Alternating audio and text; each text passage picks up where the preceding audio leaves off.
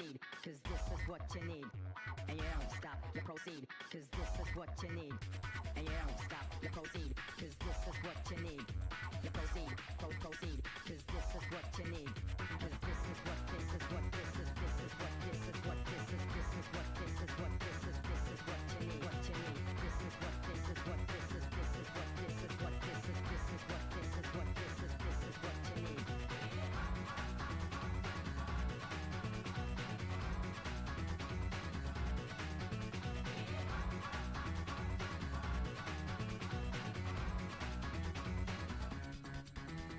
And you don't stop, you proceed, cause this is what, cause this is what you need.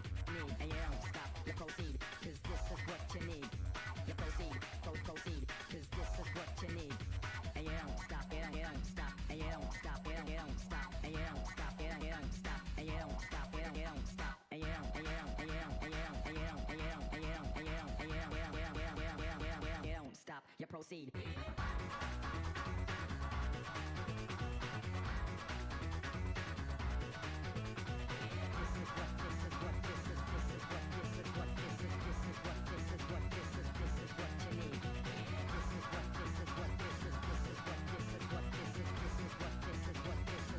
What you need, what you need.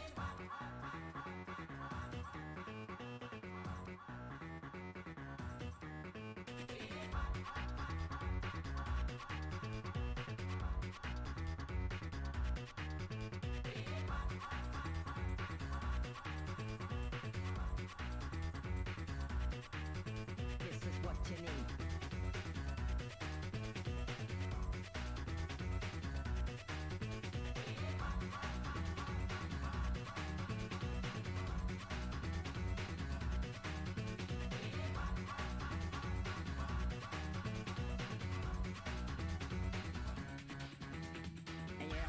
You proceed, cause this is what you need.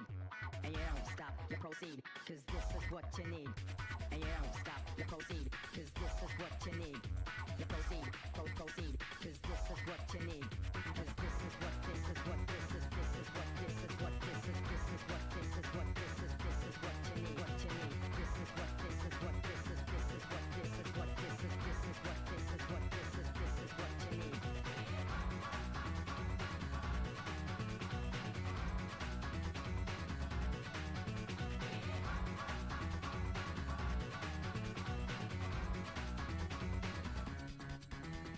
And you don't stop, you proceed, cause this is what, cause this is what you need. And you don't stop, you proceed, cause this is what you need. You proceed, proceed, cause this is what you need. And you don't stop, you don't stop, and you don't stop, you don't stop, and you don't stop, you don't stop, and you don't stop, you don't stop, and you don't, and you don't, and you don't, and you don't, and you don't, and you don't, and you don't, and you don't, and you don't, you don't stop, you proceed.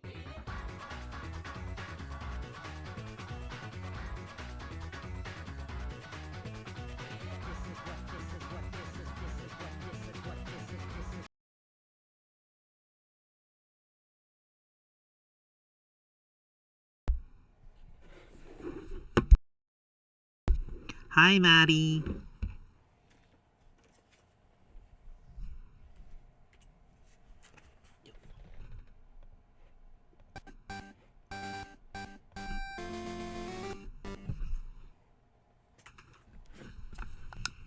How are you doing on this lovely afternoon?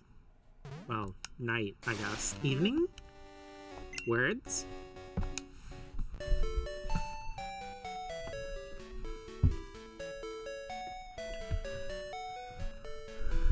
Yeah, even though I'm kind of tired, I really wanted to stream. I had it set up yesterday to stream some Crystal.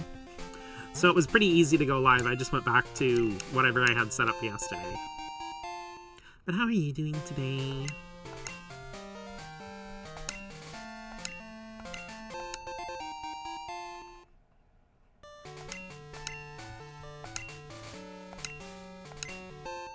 Eating dinner, trying not to succumb to the sleepy. I feel ya.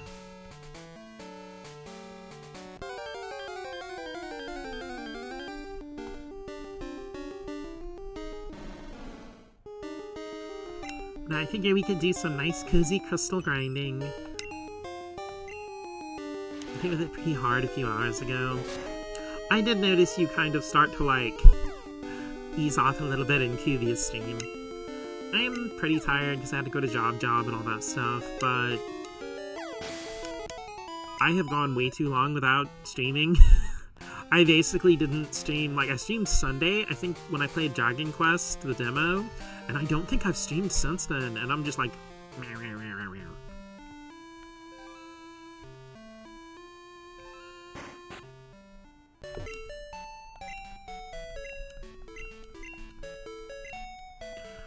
It's so weird because I spend so much time thinking about the games I want to play on stream and how I want to do model and emotes and all that stuff, but then, like, and I guess it's weird to me to be thinking about all that stuff but not streaming. I'm probably overthinking this way too hard.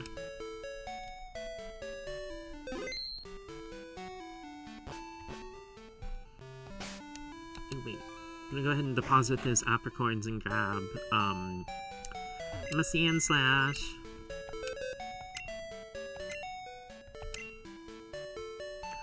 I'll admit,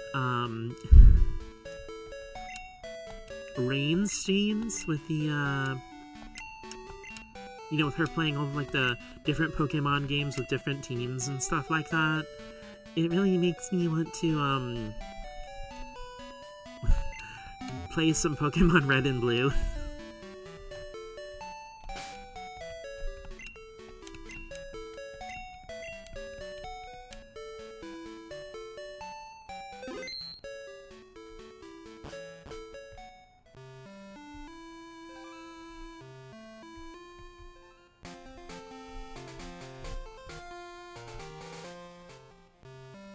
Okay, we're gonna go get Sandslash, grab Pecan,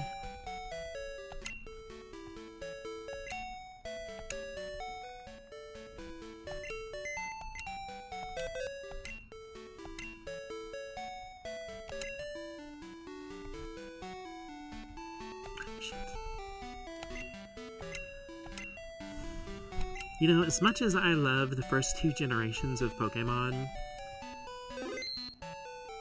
oh boy, the storage system can be a real pain in the butt.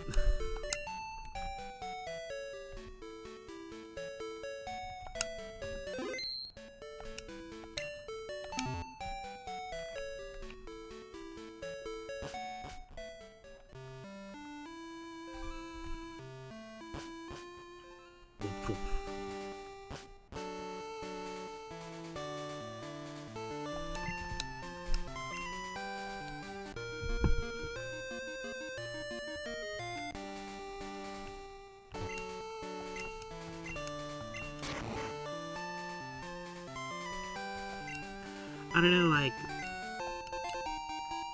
I feel like Crystal's kind of the comfy game you can just kind of pick up and keep on playing. In general, I think, like, the Johto games are really good at that. I think it's just, like, a really comfy region, and having the daily stuff to do with the berries and all that's really cool.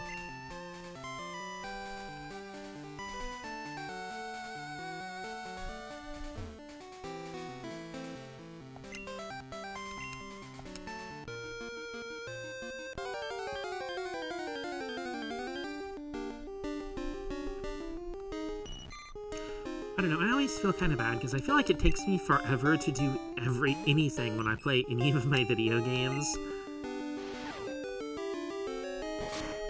But then again, people keep showing up for Crystal after me playing it for like 6 months, so...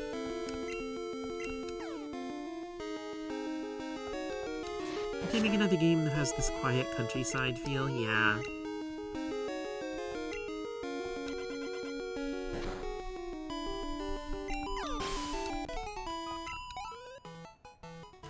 Like I said, it makes me a little sad that the Let's Go games are probably just a one-off thing, because I would love a Let's Go, like, Johto game.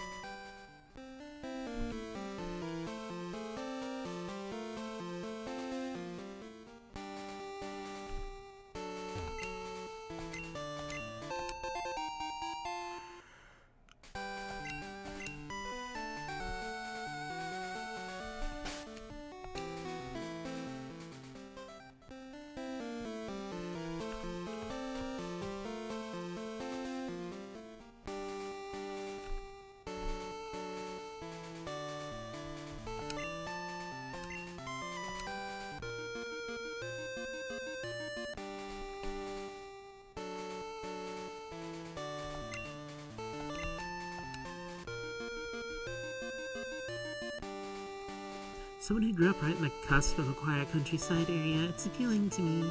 That's probably a literal case of the grass is always greener.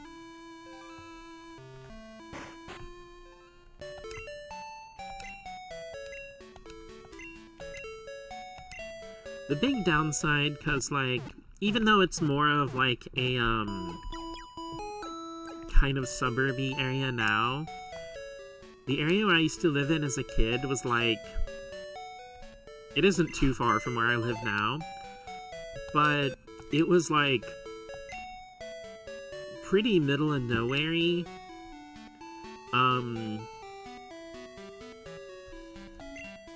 And like the big downside is it was like a 30-minute drive to get anything.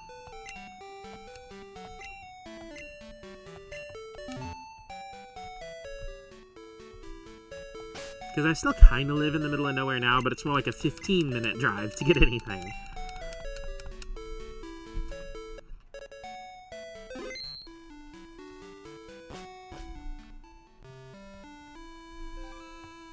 A criminal approaches.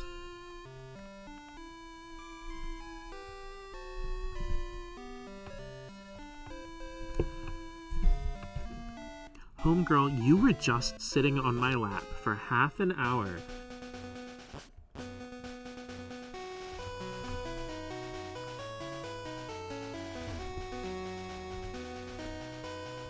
It's a big issue, I can imagine. It must be fairly worth it for people who choose that life, though.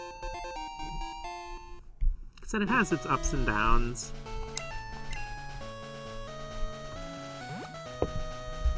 The biggest problem with living in any kind of middle of nowhere place is you cannot escape bugs. There will be bugs in your house no matter how much pest control you do, how much everything you take care of, how tidy you are.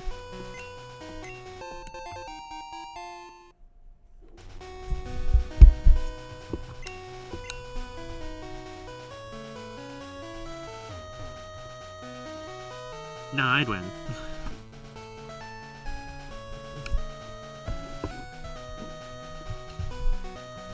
Used to fight the bug types, my rhymes were so fire, they all got incinerated.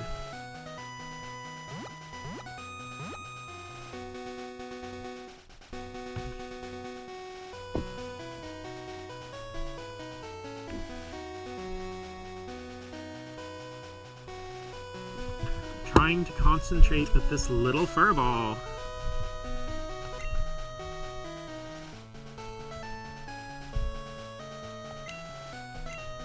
Pocky, what are you holding?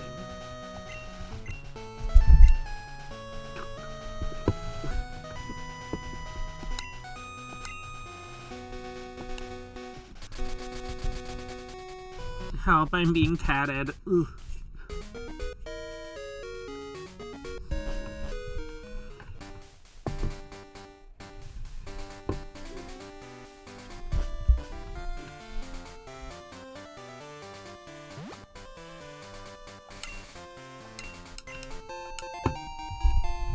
Yearn for the sprawling nature where no one could interact with me if they tried. Trust me, I do understand the appeal. Can you hear this little bud? I don't know if you could hear her purring. She was like brushing right up against the microphone. Rip Takea, she was catted.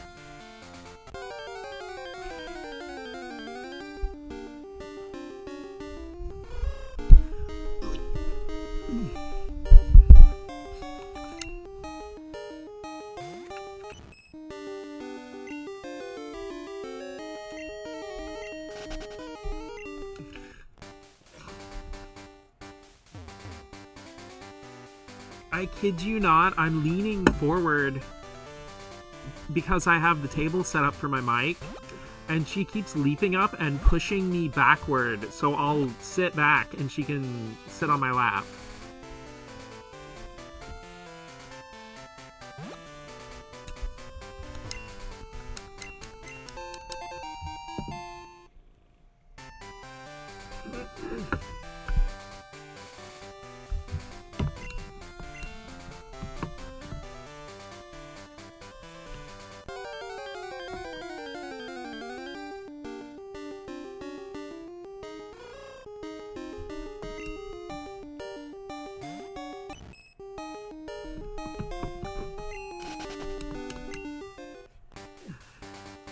She hasn't learned the secret cat technique of making it work. You see, the thing is, I think her technique is to push me down into however she wants me to be so she can get comfortable.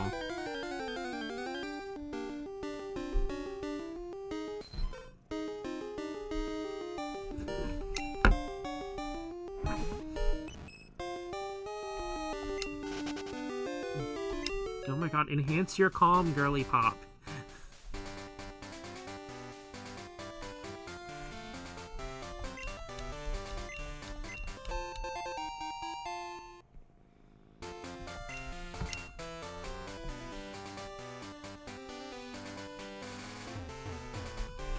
See, I feel bad getting, like, irritated by it, because she is just being the sweetest, squishiest little fuzz baby right now. But she is also a tornado of chaos until she settles down. She knows what she wants, but does every side quest before doing it. Yeah.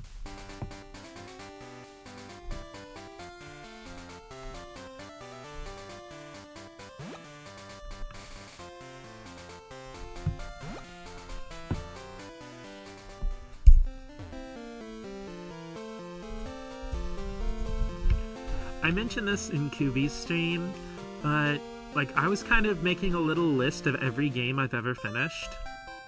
And I realized one of the best ways to get me to finish a game seems to be to put, like, either, like, Pikachu, Mega Man, Goku, or Cloud Strife in it.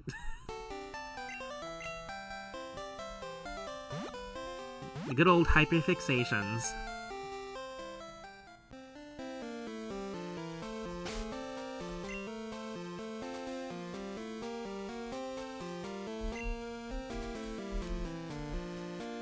See, the craziest thing with Dragon Ball is I didn't actually have cable or anything when it was new. So most of my early exposure to Dragon Ball was the Score collectible card game and the video games like Budokai and Final Bout on PS1.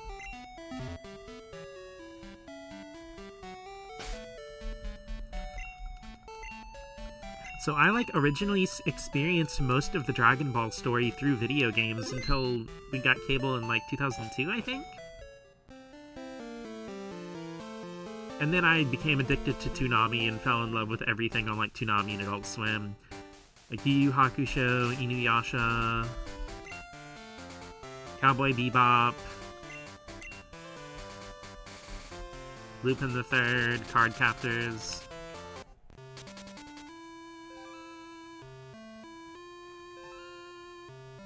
Because, you see, Pokemon and Yu-Gi-Oh! And Digimon came on, like, Saturday mornings on, like, regular network stations.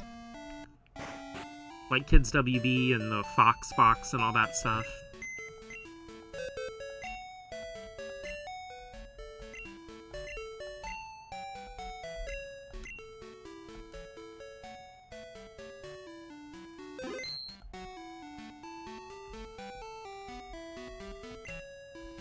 Let's go ahead and move Pecan back to the Cuties box.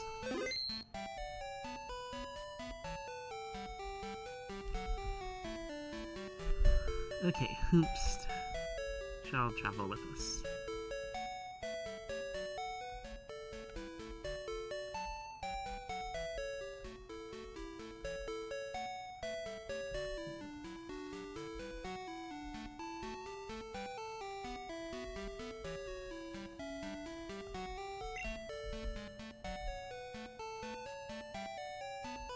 Yeah, actually, let's go ahead and get Fortress.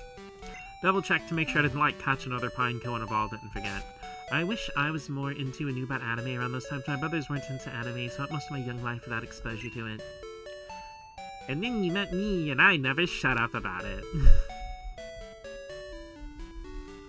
I mean, if I do actually get to stream all the stuff that I want, you will definitely experience a lot of Dragon Ball through video games. Older brother liked Dragon Ball Z, Yu-Gi-Oh! And the Bakugan anime, probably Beyblade too, basically anything that has a toy or game connected. I mean, even if you don't care for the toy or anything, a lot of those anime are just really good anyway.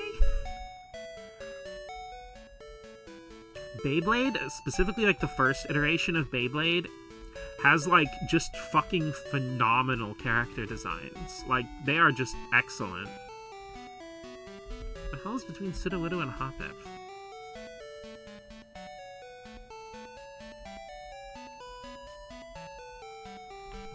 I know that's Sunflora.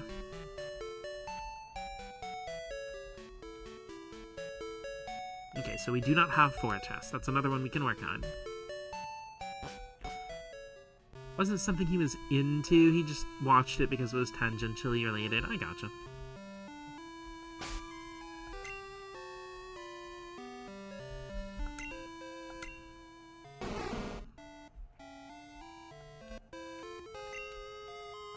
Watched it with him, never really got invested.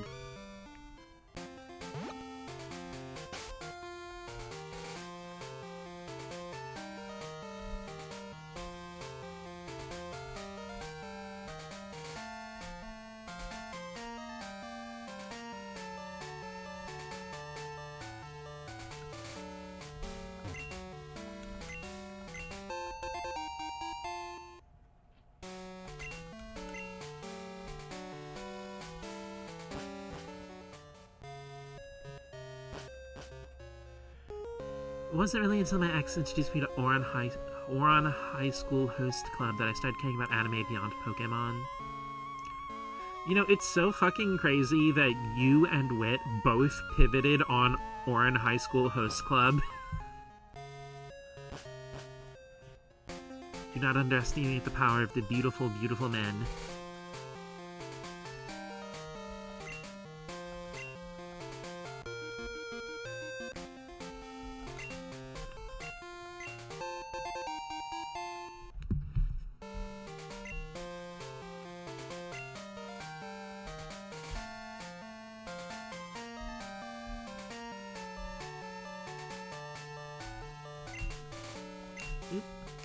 And I'm gonna Cerebi something. It's irritating me which one's the Pokemon between Sudowoodo and the other one.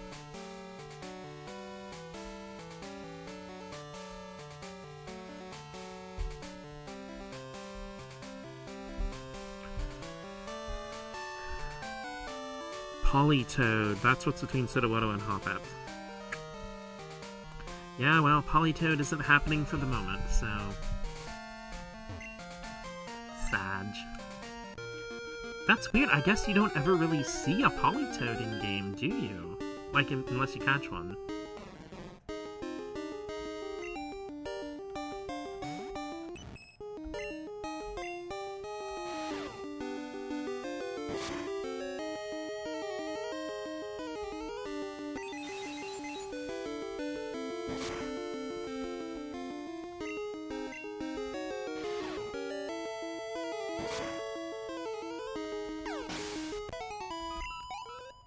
Basically only invested to and attracted to the main character and like one other guy. Never finished it, but it was a good stepping stone. I've actually never watched it.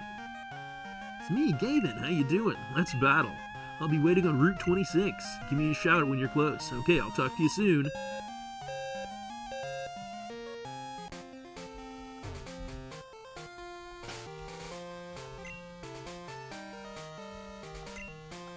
Despite never having watched it, the Kiss Kiss Fall in Love still lives rent-free in my brain.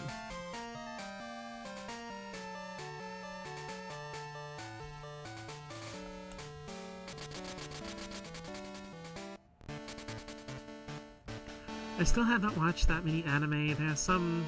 watched like one season of Attack on Titan, One Punch Man, Parasite, and a few more 6 to 8 episode ones. Lucky Star. I need to watch Lucky Star also. That's another anime I only know peripherally, but I really love the art style and the few clips I've seen of it and stuff.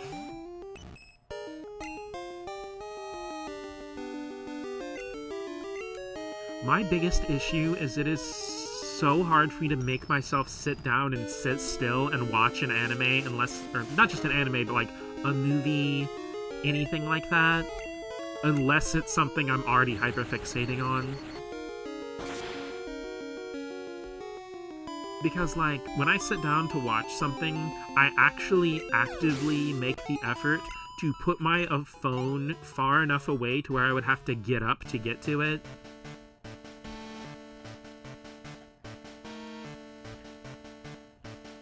And the thing is, like, I'll also watch like Crunchyroll or whatever on my Switch with the app.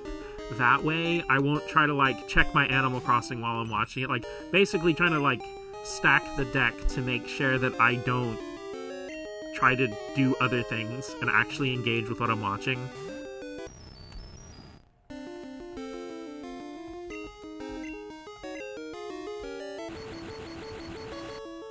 Blue and pink haired ones are basically just you. You know, weirdly enough, from the few things I've seen, I've kind of gotten that vibe. Moon pie, level up.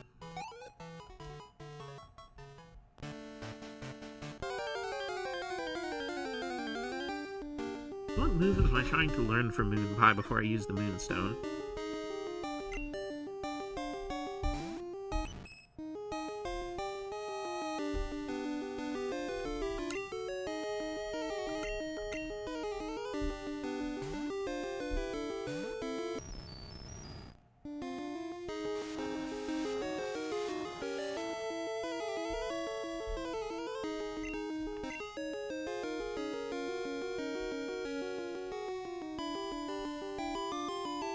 Okay, I'm trying to get her to 43 so she can learn Moonlight.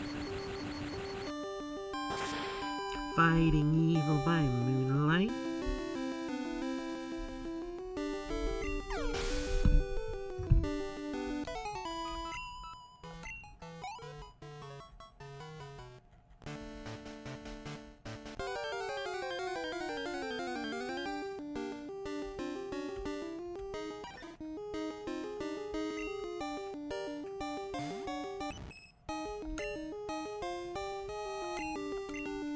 One scene from Lucky Star that sticks with me of all of them going around, seeing what they look like with ponytails.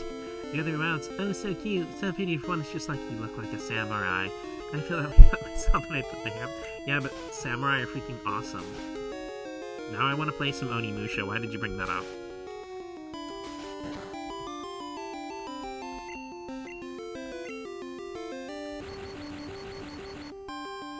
No, Onimusha is really cool. There's also another PS2 game I have. I haven't played it a whole lot, but what I did play was really cool. It's like a hack and slash Devil May Cry kind of game called Genji Dawn of the Samurai. It is really freaking cool. I should probably stream that sometime too. Just add it to my thousands upon thousands of games I want to stream. Literally samurai, but something like Japanese warrior. Maybe like the shogun look, or like there's this certain kind of like samurai era look where the guys would have like their hair pulled like way up.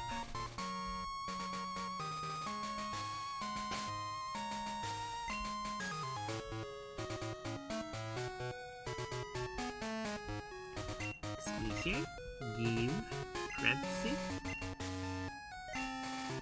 Okay, you usually start with Victory Bell, I think? I think he usually goes Victory Bell, Kingler, Flareon.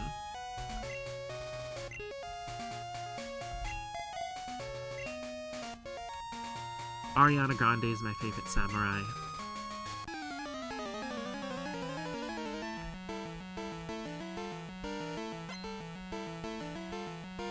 I mean, they more or less already did an anime where Samuel L. Jackson was a samurai, so yeah, Ariana Grande next, I'm down.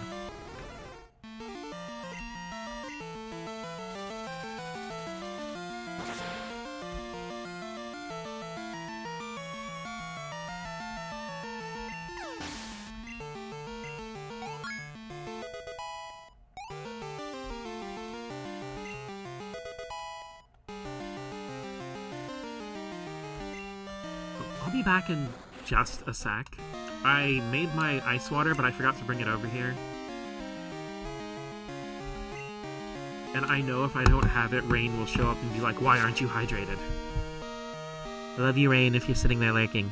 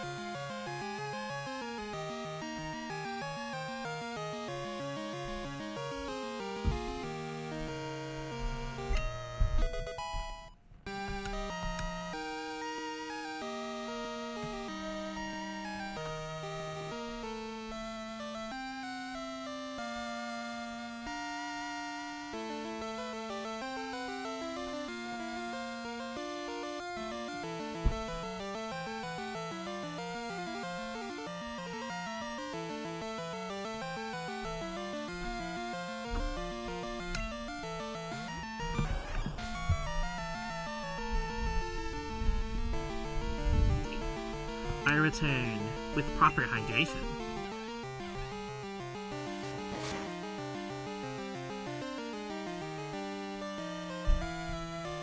Speaking of, shows like iCarly and Victorious were my jam in the early 2010s. Watched every episode and kept up with every special, and Ariana Grande's character was the one I saw myself in. Was really happy to see her become super famous.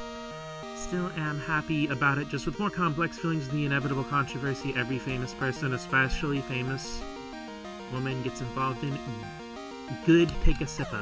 I actually took a big sippo right when I was walking over here, but here, I got it. You sippy.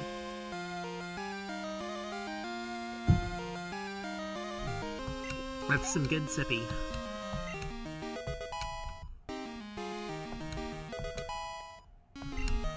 You're on thin ice.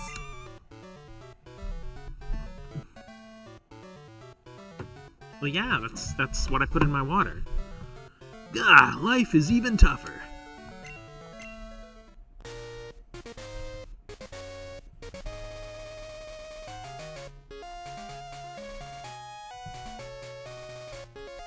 I gotta say, hashtag not sponsored, but I am actually really loving the GameSir controller I got for my PC. Get off it, you're gonna break your bottle. Fair enough.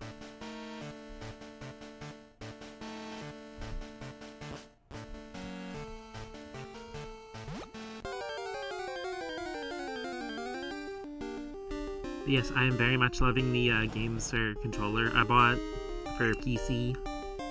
It makes me want to play more PC games just to use it. Which is good, because if I'm doing that, that means I'm actually finishing my games.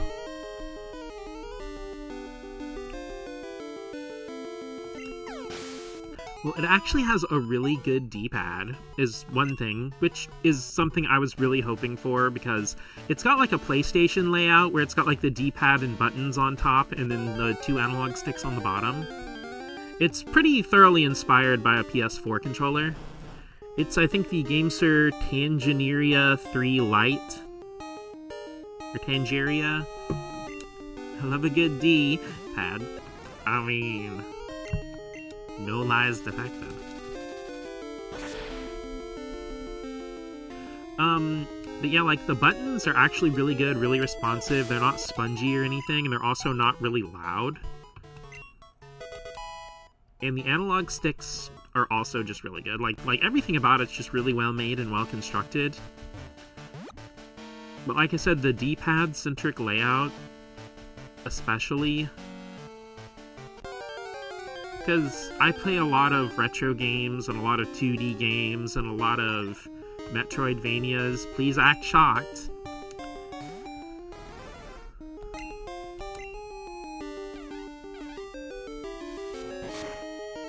And, like, I love my Xbox 360 controller from Power A that I bought at Walmart for $7 on clearance.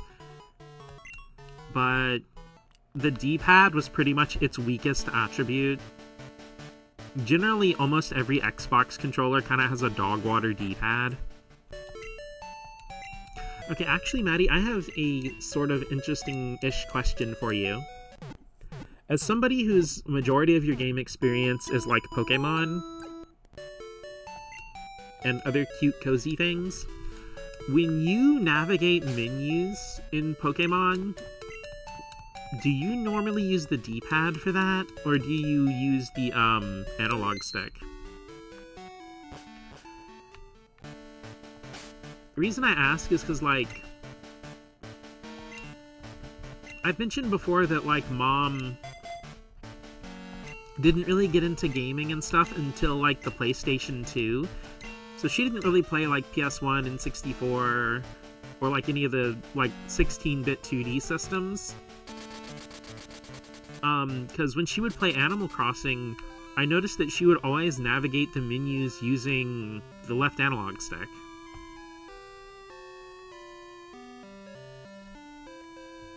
Not that there's anything wrong with that, it's just like, I'm so used to just switching from left analog to D-pad when I open up a menu or something.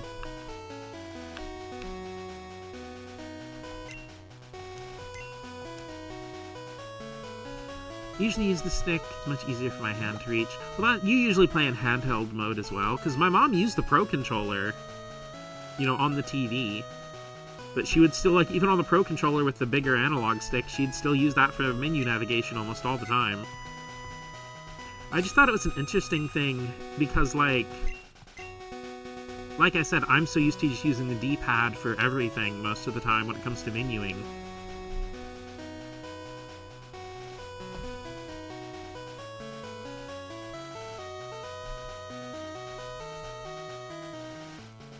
Let's go and go to Monogamy Town. It's probably one of those things that, like, you don't notice until somebody points it out.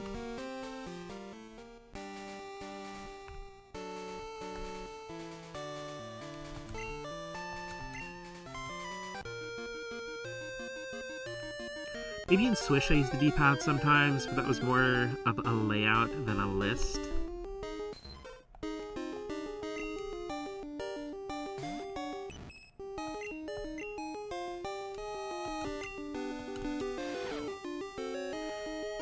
Fun weird fact, Poliwag specifically has the highest speed stat of any of its evolutions.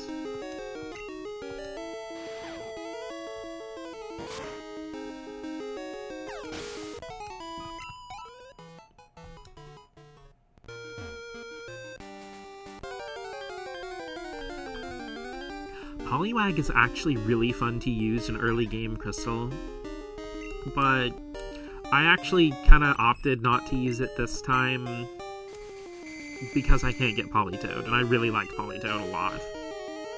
Never paid attention to what I use. Yes, it makes sense I wouldn't think about it, but you would. Well, that's the thing is, like, you know, I've played a lot of games on systems that didn't even have analog sticks. The bright colors hypnotize me. I'm blinded by the light.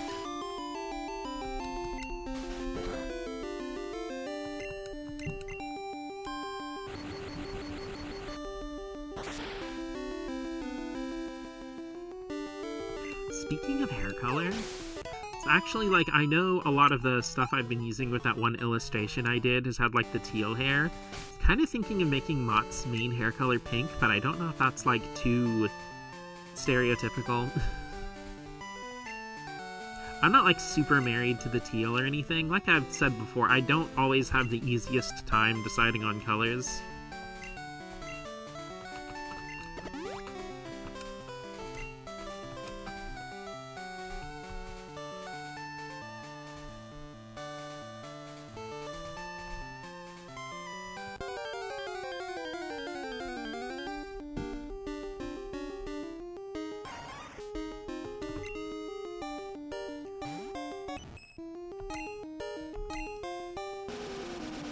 What kind of pink we talking? Probably like a powder pink. I love super hot pink, but I feel like that would be too much on the eyeballs.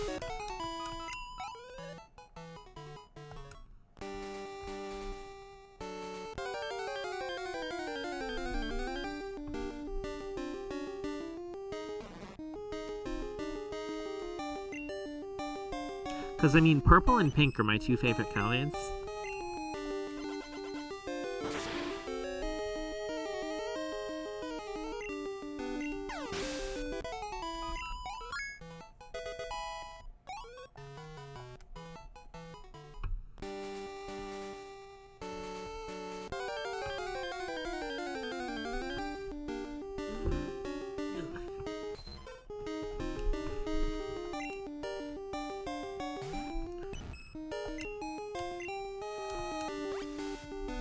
Oh my gosh, this kitten! What are you doing? Get off of my table.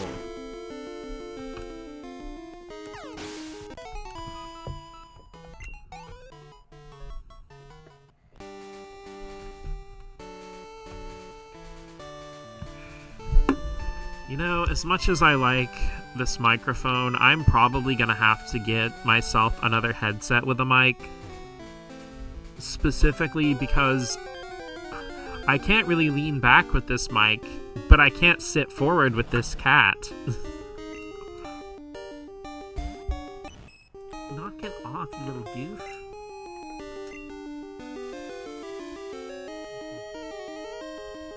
Yo, why everything on this route trying to make me take a nap?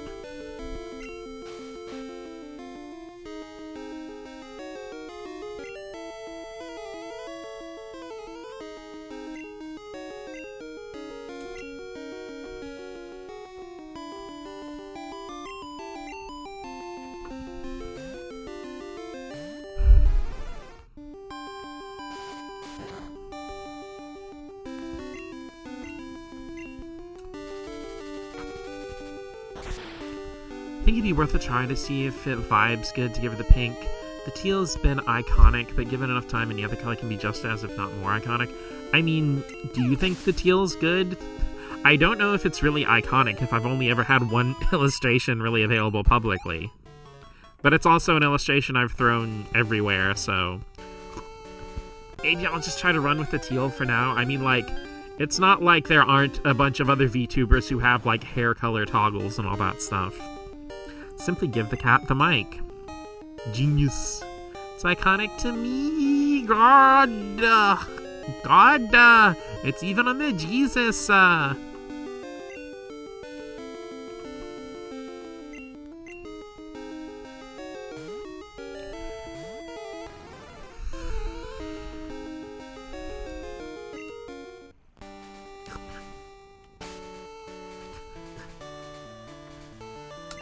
She's like biscuiting on my chest and my stomach, which, ow, claws in my titty. But she keeps like raising her paw up and trying to make biscuits on my face, and I'm like, no, ow, do not do that.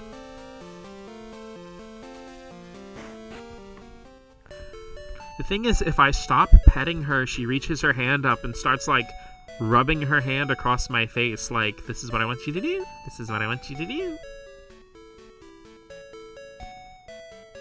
I'm gonna have to throw you back out, kitten. You are being too rambunctious.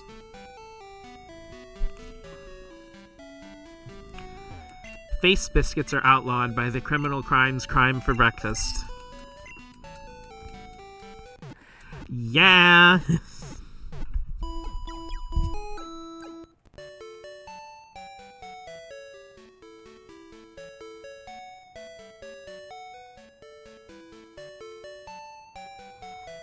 Crime is the way I fly to you, snake eater.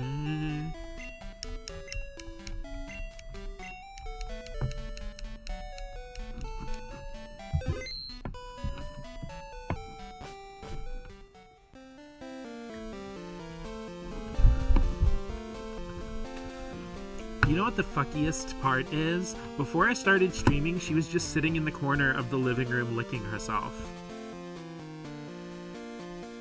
I pull out the desk though, and like it's like, oh, gotta have all the attention, every attention.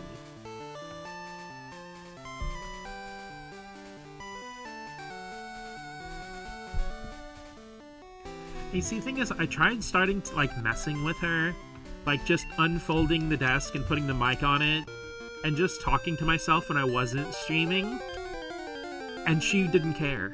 It's like she knows when I'm actually live or something. Oh shit, noise time? It's noise time? She does like when I talk to her, though. She got bored because I kept moving too much. I think she went there to get some food.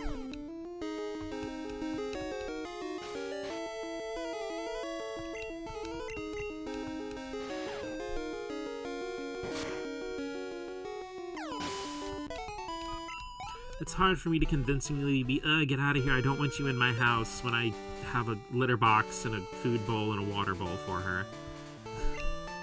How could you mistreat her like this? Terrible of me to not drop everything I was doing and immediately comply with her moment-to-moment needs. I'm the worst, what can I say?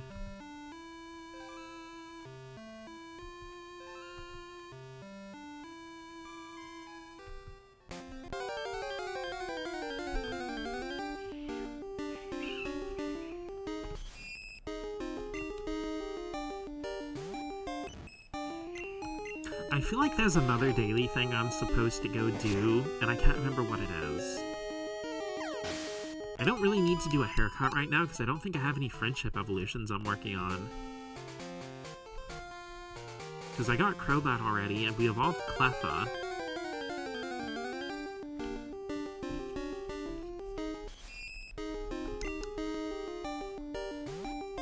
And I mean, I guess I could, at some point, evolve, like, the Pichu and stuff that I hatched, but even if you promise to give her attention 24/7 starting tomorrow. Well, it's really hard for me to do when I'm at work. Unfortunately, they do not have a bring your cat to work day.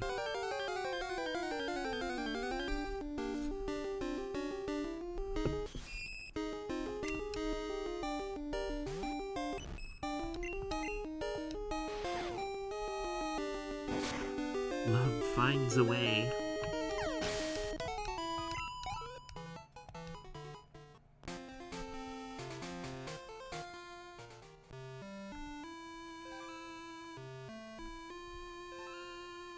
Unless you don't love her. Odd of you.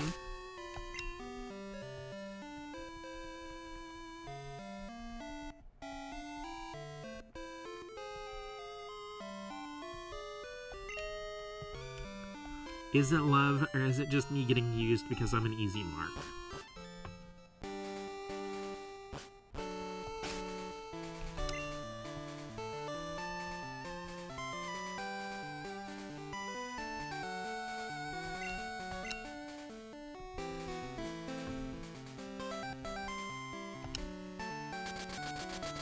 Let's not get caught up in the details.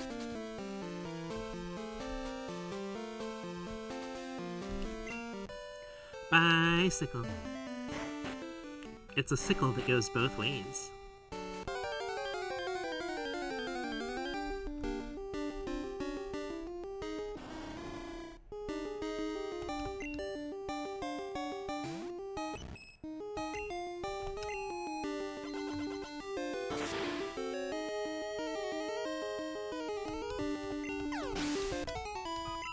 Yeah, forward and ahead.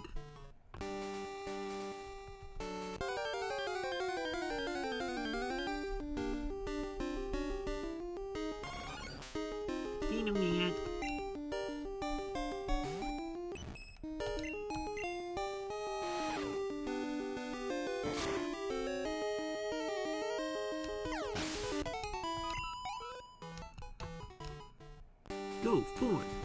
Move ahead. It's not too late.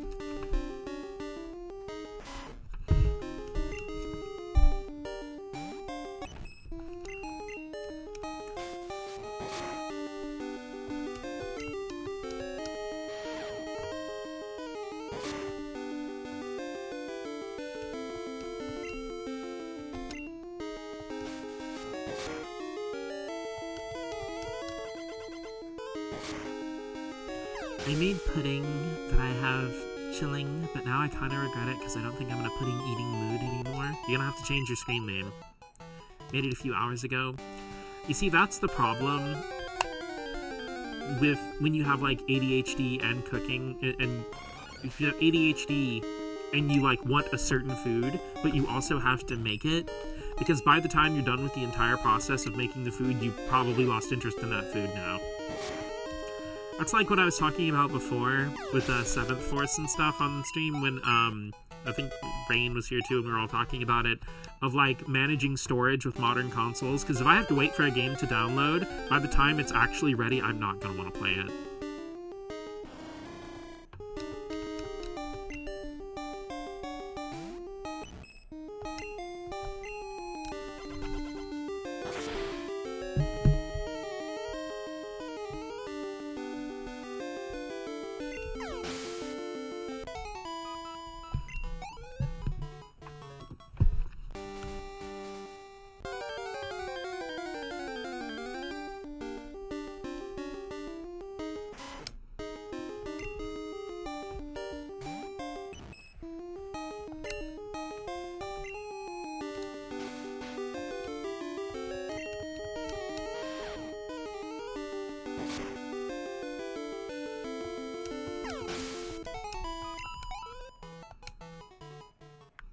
What flavor pudding is it? Because I must be nosy. Even the next second, it could go from feeling like your life's purpose to nothing at all. It's so freaking brutal. Just vanilla. Honestly, though, I love vanilla pudding. I haven't had pudding in a long time, now that I think about it. The problem is, like, a lot of times if I want pudding, I want exactly one pudding, and that's all the pudding I want for, like, months. But you have to buy, like, a pack of, like, 6 or something.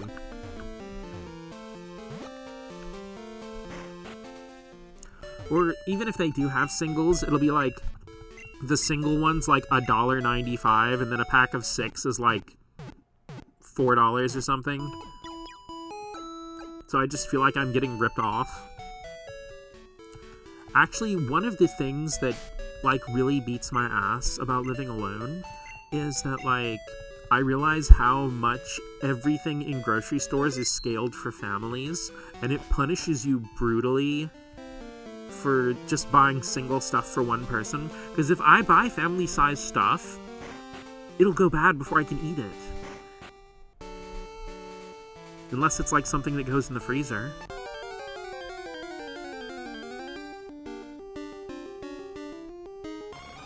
Like, even if it's something I want to eat every day, there's just a single person can't eat it fast enough.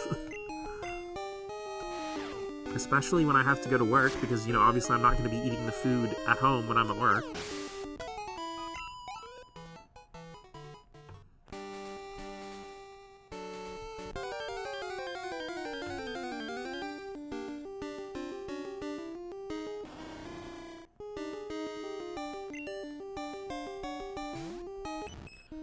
You know, I know it's just because, like, the affected by propaganda thing, but ever since Ash caught it in the anime, I've always wanted a shiny Noctowl. Granted, I really like Hoot Hoot anyway.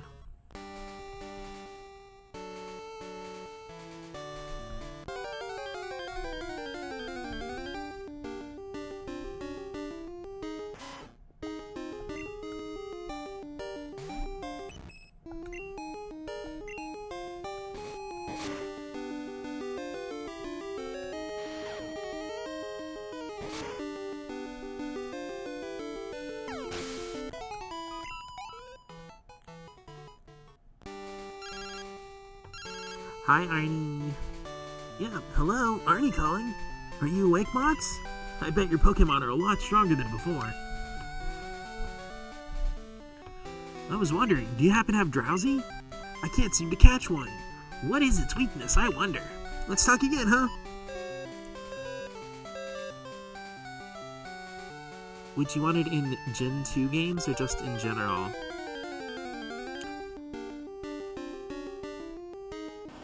Oh, the shiny Noctowl? Like, just in general, I'd love to have one.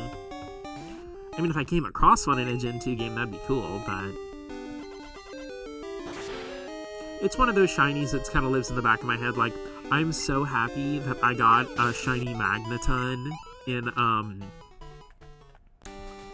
freaking, Scarlet. That made me so happy, because Magneton's another shiny I've always wanted. I just really love Magneton.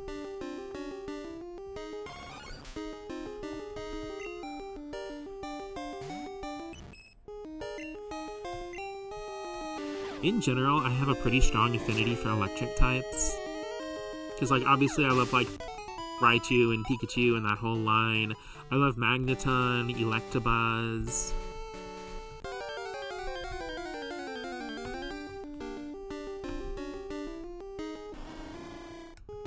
I actually really like Zeraora.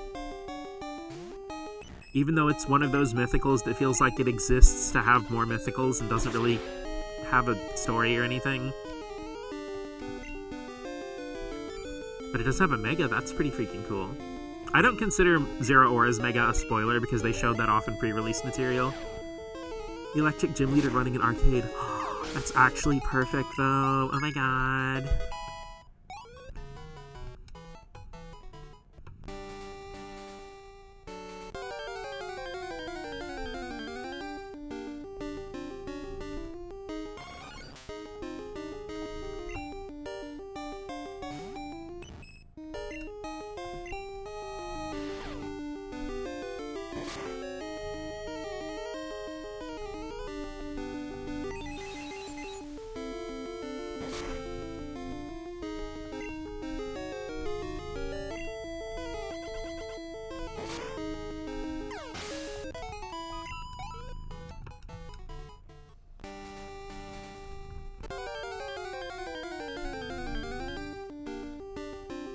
I could actually really clearly see it. Like, okay, my brain's envisioning it in kind of like the black and white, like, Unova style graphics. But, you know, like having an arcade and there'd be like little different mini games and have like 8-bit music in the gym. Hey, 7th! How you doing today, dude? On this lovely Friday evening? How was MagFest and stuff? I saw that you got like a bunch of hits on the freaking 3DS Street Pass, which is freaking awesome.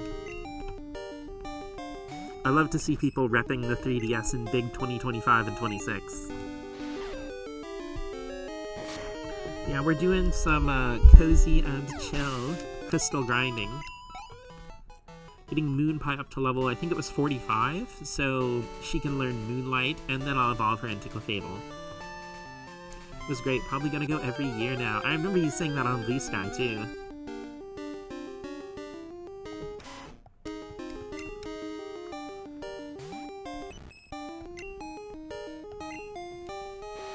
Though, I'm gonna be honest, because I know, like, I mentioned it offhandedly when I saw you, like, tweeting about it and stuff, but, like, the freaking new trailer has put me off from wanting to buy City of the Wolves at all. Because I was actually gonna pick it up, because, like, I'm not actually good at any SNK fighters, but in almost every SNK fighting game, the characters are super fun to play.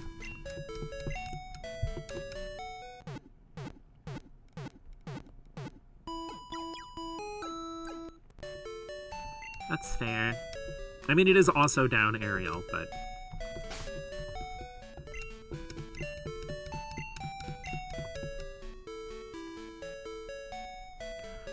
I mean, like I said, that had to have come from somebody with a big suit and big money.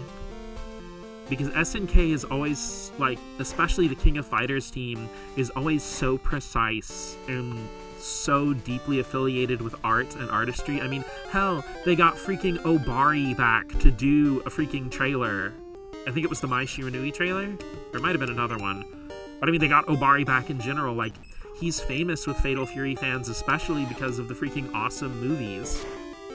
Yeah, they used AI, Maddie.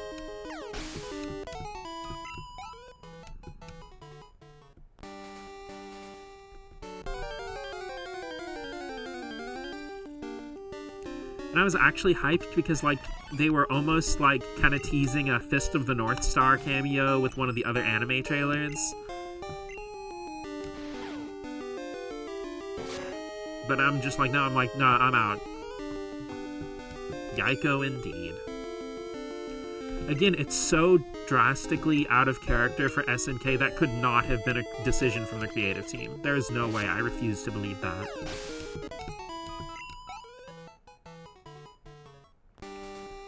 Whoever okayed it was at the very top. Like, I feel like it was a hard mandate, like they didn't have a choice.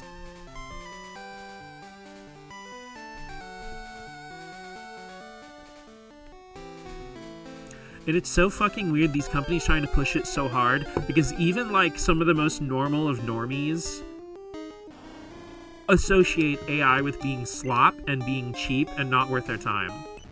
It's been way too long for people to still be using AI in overt ways without being complete dumbasses. Absolutely. Like, the only people who believe in AI are a bunch of out-of-touch suits. Like, even regular, normal people don't believe in it anymore. It's indefensible. And that's the thing, is it's like, it's a massive blow to a game that's already had problems staying on its feet.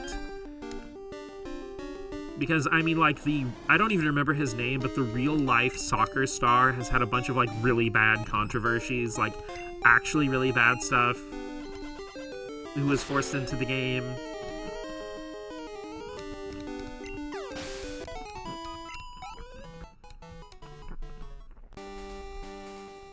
And, like, it's like, this game didn't need another problem like this. And my biggest worry is that it's just gonna, like, axe King of Fighters and just the entire SNK brand is gonna go under again.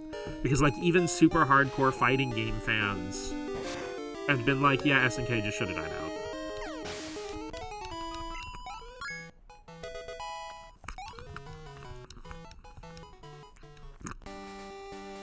I mean, when people like Monkey's Gomu are freaking asking for your head, it's over.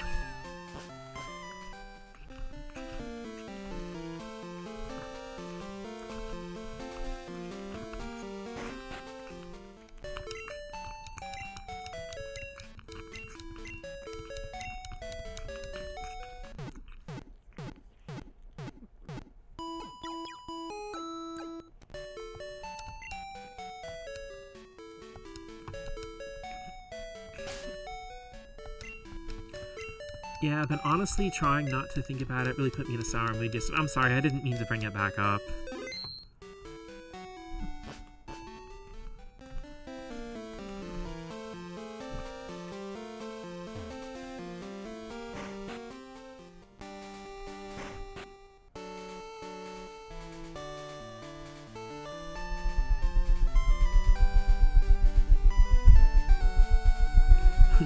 Okay. Also, if you hear that thumping sound, that's because, Dot, the criminal, is sitting on my table beside the mic. She stopped being rambunctious and trying to push me down so she could sit on my lap. But now she's just cleaning herself literally right by the mic.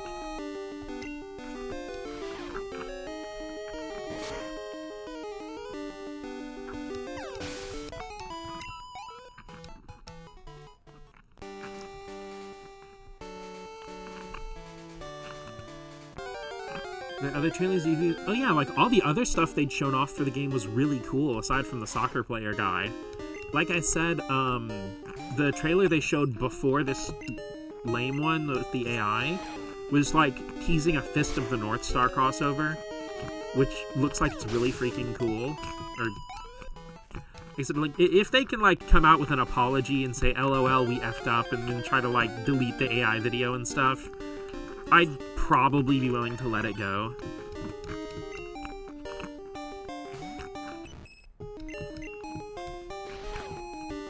Because everything else has just been so fantastic for the game. Aside from, like I said, there have been controversies, but the actual stuff, like, they should, but they probably won't. That's the problem. Because, like, I know there's been one or two other companies that flirted with AI, and then when people were like, fuck that, then they were like, yeah, we're sorry, never again. And most of them have actually kept good to their word.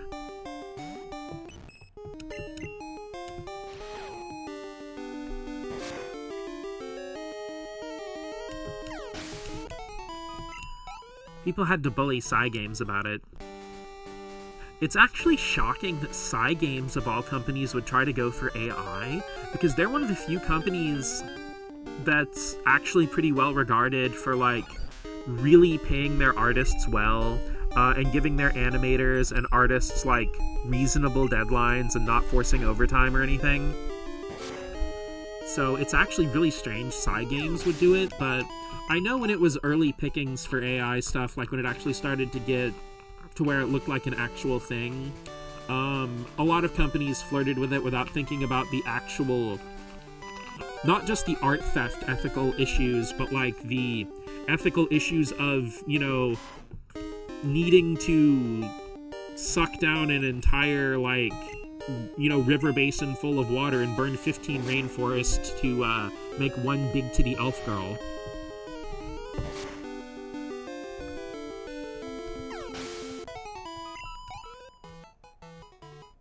Because, I mean, as an artist myself, yes, art theft very bad. But killing the planet's a lot worse. I mean, I'm pretty sure Square Enix made an entire Final Fantasy VII about this. Because all I think about is, like, because 7th, like, you've played 7. Or at least you've seen enough of it, and, like, all I think about, that was formed as a question, I don't know if you've actually played through 7, I know you've mentioned before having pretty limited exposure to Final Fantasy.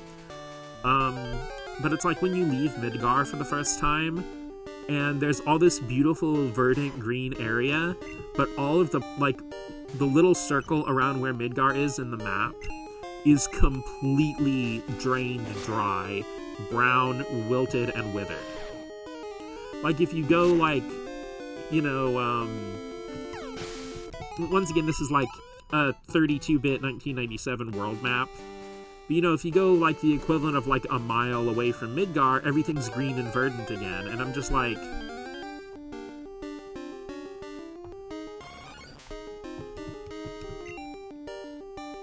Like, not to get, like, too super serious or anything, but... Played every... Oh, okay. Who was it that hasn't played Final Fantasy, then? I'm so sorry.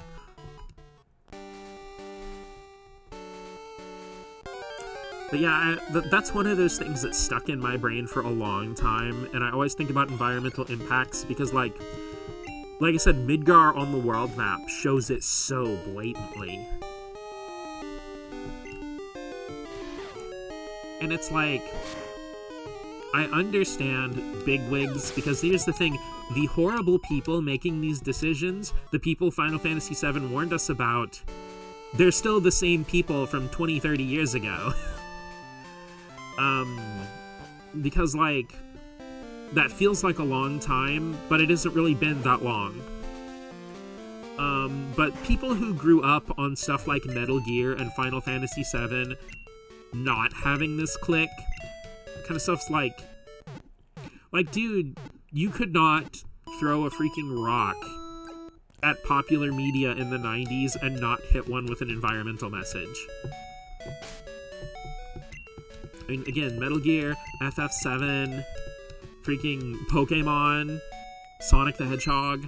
Anytime an AI article pops up on my feed, I kind of sigh and think about, planet's dying, Cloud. Yep, exactly. My main knowledge of what Midgar looks like is the Smash stage. If that stage looks like a mid-apocalyptic city devoid of anything organic aside from the people living in it, that's pretty accurate. Because it's an interesting dynamic, like... I don't really know if this is a spoiler now, because Final Fantasy VII's been so prevalent in popular culture. But the thing is, Final Fantasy VII, when you start, it looks like it's actually a bleak post-apocalyptic world, because the first 3 or 4 hours of the game take place exclusively in Midgar. And aside from the people, the only other organic thing you encounter in Midgar is the flowers growing inside Aerith's church.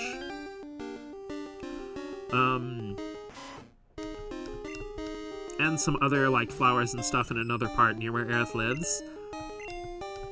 But yeah, like, everything else is metal, steel, wood, you know, like, hardwood and stuff like that. And that's the thing, is, like, when you actually get out to the world map for the first time, and you see that the rest of the world is still alive, that it's just Midgar that's falling apart like that. Metronome.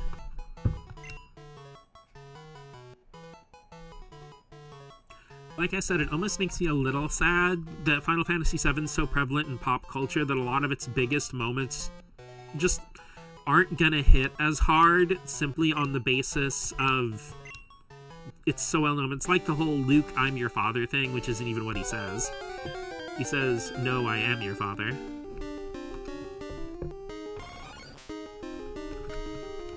But, you know, it's like everybody knows that. So it kind of gets lost how at the time that was like a shocking plot twist.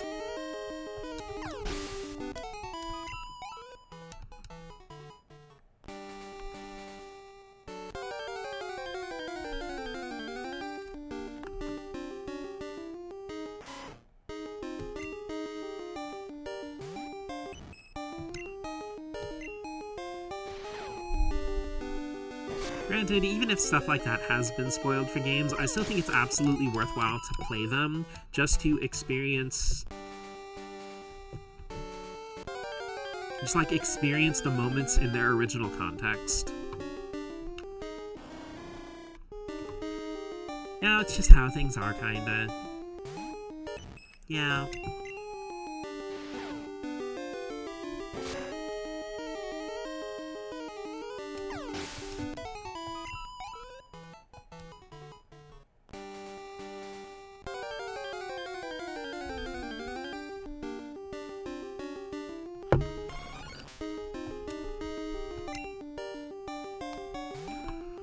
Also, I was, talking to Maddie about the 7th, but, like, I know you're probably not desperately in need for a controller for your PC.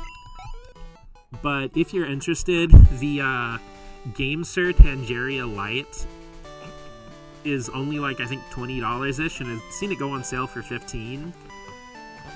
It's actually really good. Like, the best thing of all is it's a modern controller with a good D-pad. It has like a PS4 kind of layout, but it's also super comfy because my hands aren't ever like smacking together or anything like they can on some like more tight controllers.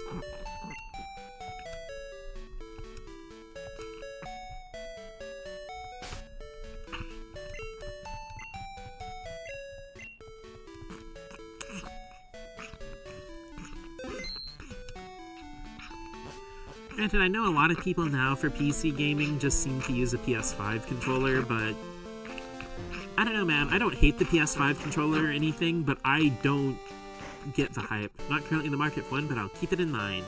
Like I said, if nothing else, it has a good D-pad.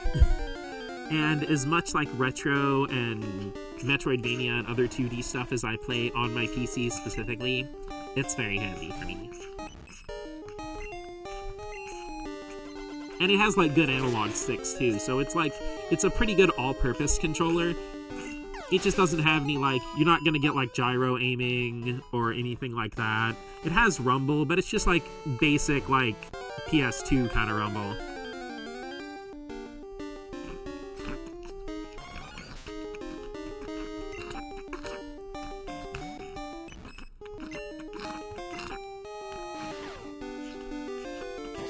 Because, like, honestly, like, here's gonna be my scalding hot, controversial take. As somebody who's spent several thousands of hours of their life playing PlayStation consoles, I don't really think any of the PlayStations, besides maybe the PS4, actually have good D-pads. They have, like, passable D-pads. They're okay. But they're not, like, what I'd call good. Weirdly enough, the thing that made me realize how, like, kinda mid most PlayStation D-pads are was when I first played Tatsunoko vs. Capcom. Because I don't have an arcade stick.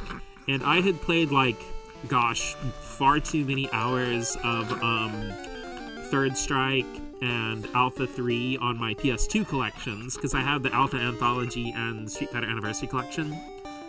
And, I would get what I call thumb burn from doing Hadokens too much. Oh, girl, go drink some water. That sound you heard, if you heard it, was my cat. Just, she's standing right over my mic and sneezing. I just got schnutzed on. But no, like, because I remember when she's not dying, she's just congested. There's a whole bowl of water for you over there. You can go drink it.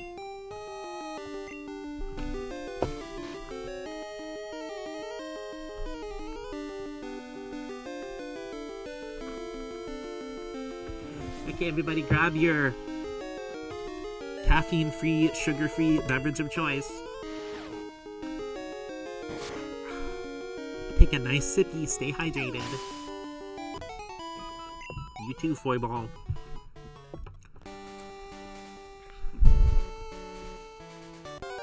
But yeah, I'm playing Tatsunoko vs. Capcom because, like, here's the thing. I was playing with the Classic Controller Pro for the Wii, and that thing has an amazing D-pad, and I could do, like, Hadokens and Shoryukens and, you know, Tatsus and stuff on that all freaking day long, and it didn't hurt my thumb at all.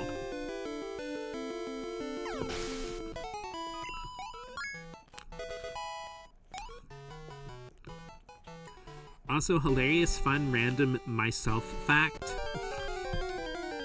My PS2 controller, with the main PS2 DualShock 2 that I use, which is a silver one, that I've had for, damn, like 16, 17 years at this point.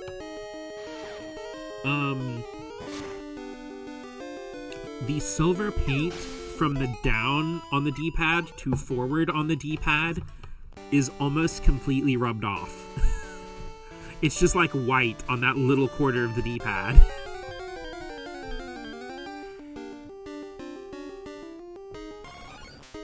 And the paint around square and circle are starting to rub off.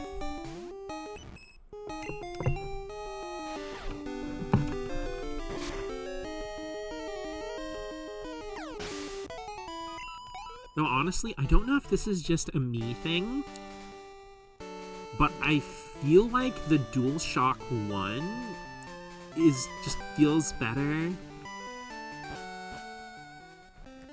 and more responsive than a regular PS2 controller. To be loved is to be changed, that is true. And that PS2 controller's seen a lot of love.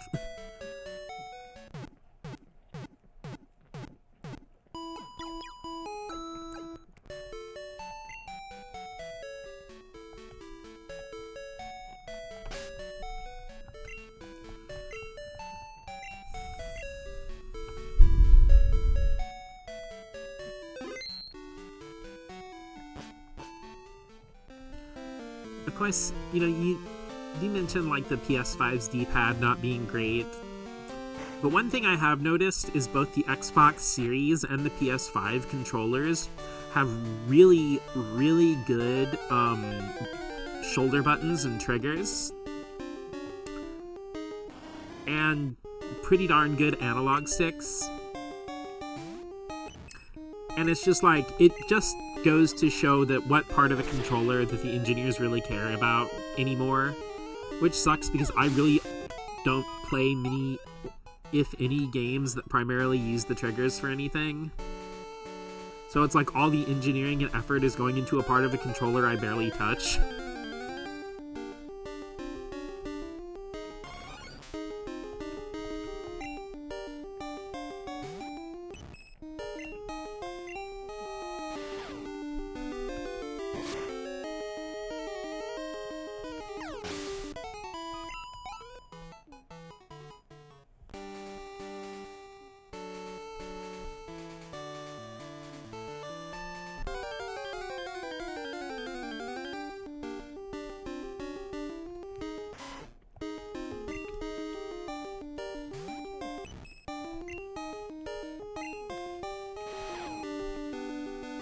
Speaking of, like, a very common thing to bring up lately is, like, the Switch 2 Pro Controller roulette, because sometimes you'll have an amazing D-pad, and sometimes you'll have one that's mushy and gross.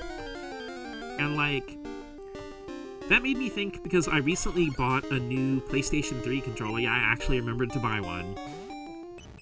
And, like, it has felt substantially better than the other PlayStation 3 controllers I had. And a part of me wonders if I accidentally bought bootlegs, but they didn't seem to be bootlegs, like they had proper serial numbers and stuff. And it makes me wonder if the PlayStation 3 controller's iffy reputation is because buying new PS3 controllers may have also been a roulette, and I just got lucky with, like, my first one and this one.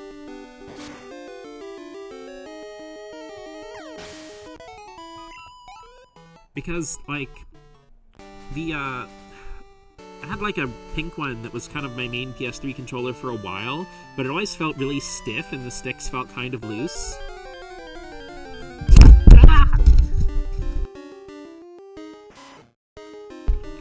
Sorry, a cat posterior whipped around and knocked my microphone down. I'm so sorry for your ears, especially if you were wearing headphones.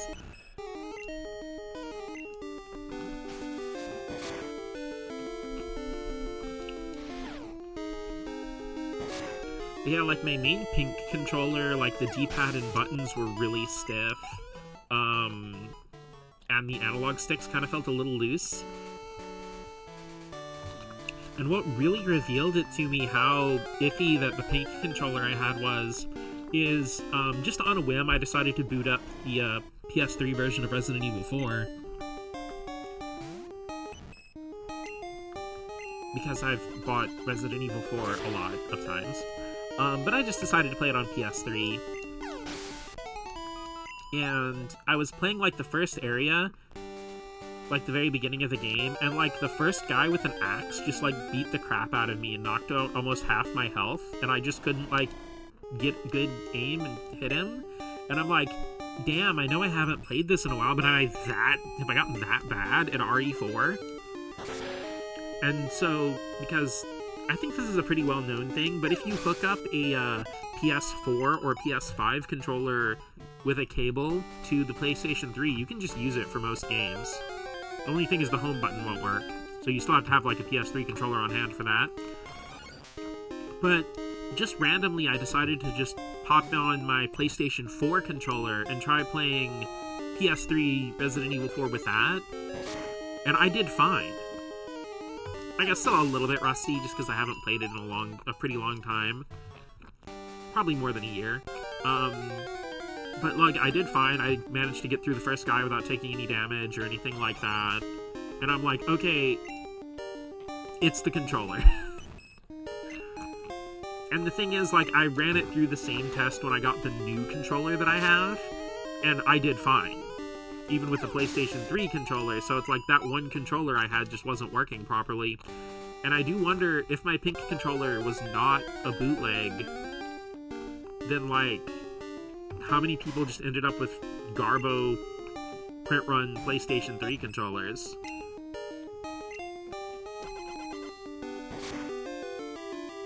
The pink tax extends to how many axe blows you have to take too. Damn, they're really getting me. Pink tax for the pink axe.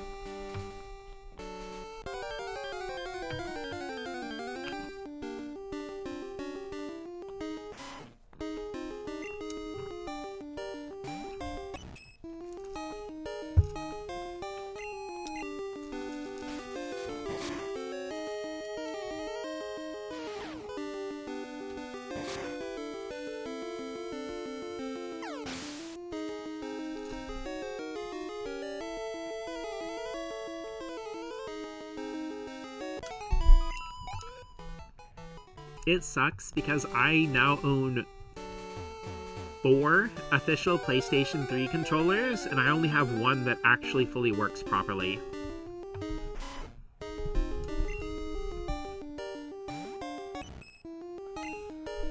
Because the pink one I bought is as I described. I also have my first black one from my very first PlayStation 3 from 2011. And that one is pretty much great. It's just that I used it to death.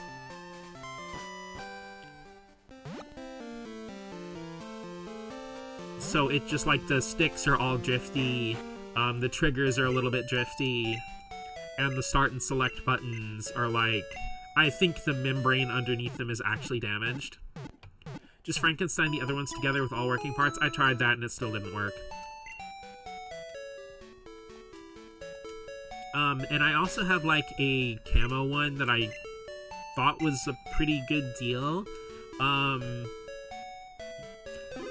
when I got it, the buttons were fine and the sticks were fine.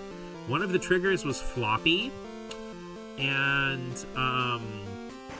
the D-pad, if you pressed it in, would stay stuck in like whatever direction you pushed, and then pop out after a second. And the D-pad would do that in most of the directions. Okay, but did you have the controller get struck by lightning? Yes, actually. My original PlayStation 3 did get struck by lightning.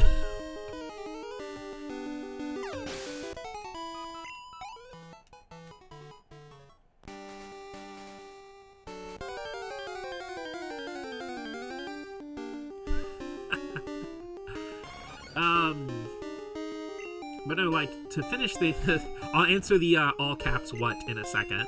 But to answer the question about or to finish my story about the camo controller, I put it, like, I sniffed it, and it smelled like Pepsi.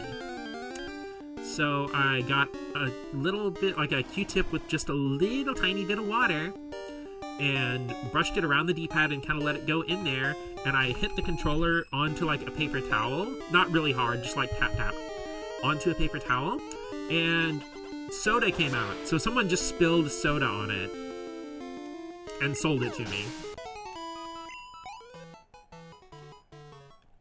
And I actually took the controller apart, and I did manage to get it kind of clean, And I put it back together, and the camo controller worked for a little while, but now whenever you get it connected,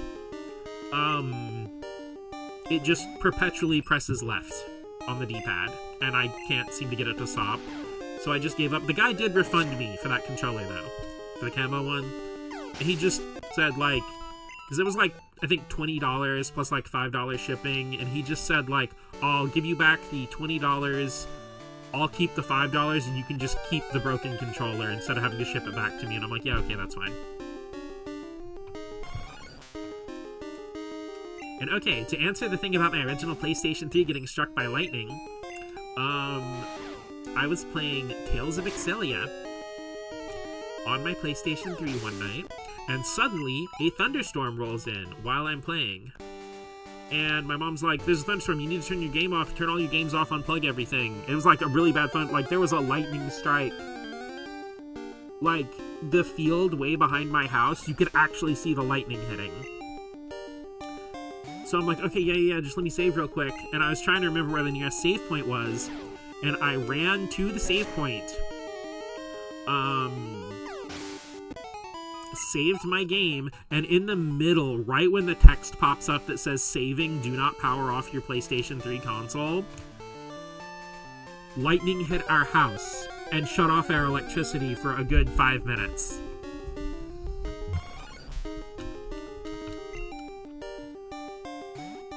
Which wiped my Tales of Excilia save data, but I didn't lose my whole playthrough because an hour earlier I had made a random quick save to turn the game off and go get something to eat. So that quick save actually saved my Excilia 1 playthrough, my first playthrough.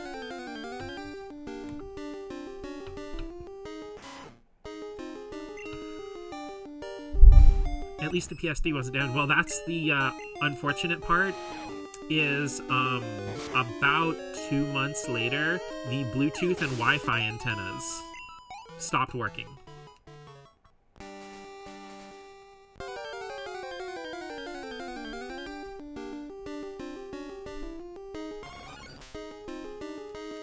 So you can't use a wireless controller, and if I want to connect my original PlayStation 3 to the internet, it's the Slim. I got it in 2011. It's the first Slim, the one that still has the slot loading disc.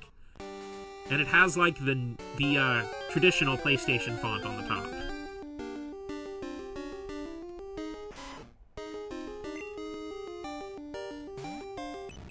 But the thing is, I can't actually use that original PlayStation 3 anymore because there was an update in like February of 2024 for PlayStation 3, and for some reason that update double checks your Wi-Fi antenna.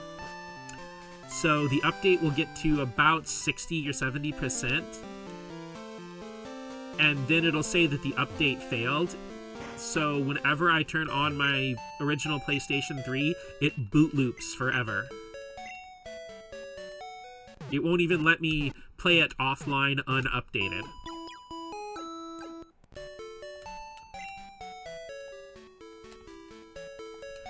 Slims are known for having Bluetooth wireless modules, and Blu-ray drives fail prematurely. Well, the thing is, I looked it up, and lightning strikes can cause the Bluetooth and Wi-Fi antennas to do that.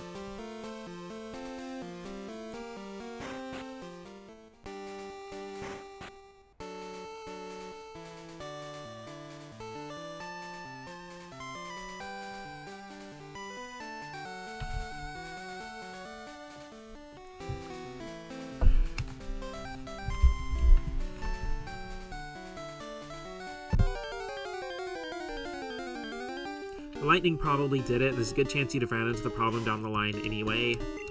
I mean, I eventually bought another PlayStation 3 and re-downloaded all my digital games and all that stuff. But it still sucks because I can't get to any of my old save data or anything. And the PlayStation 3 hard drives are like married to the console, so I can't just take my old PlayStation 3 hard drive out and put it in my new one. It would just wipe my original hard drive if I did that, because it would have to reformat it.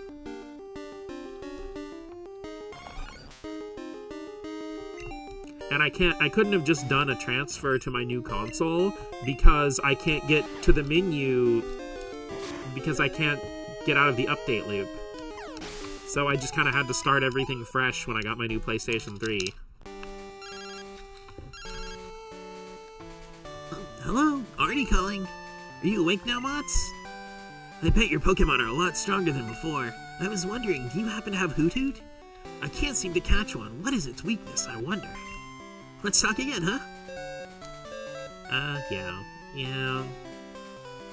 I mean, on the one hand, in some ways it was kind of nice because it made me, like, take some older games that I had gotten stuck in or, like, where I couldn't remember how to play it or what was going on, but I didn't want to start it over. So I'm just kind of, like, perma-stuck because I'm being stubborn. It sucks, though, because Mom and I played Tales of Exillia 1 and 2 together, and I can't really, like, just go run around in those save files anymore.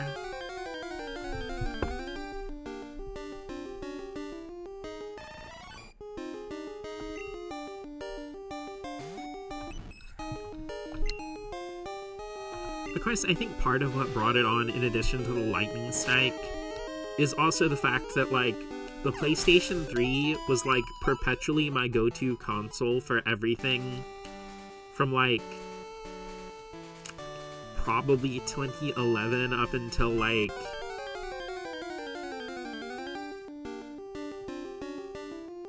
gosh, like, for at least a good 7 or 8 years, because even though I got a PlayStation 4, Mom and I just kept using the PlayStation 3 as the go-to Blu-ray player, and we just kept playing a lot of PlayStation 3 games, and my PlayStation 3 was also my go-to PlayStation 1 hub, because it was just easy to manage the memory cards, and it was already hooked up to an HDMI port.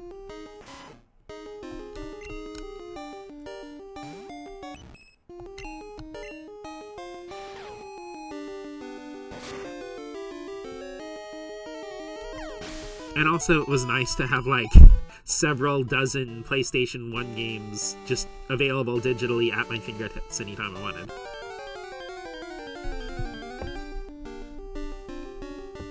I don't know how to feel about the fact that my favorite thing about the PlayStation 3 was that it was basically a PS1 jukebox.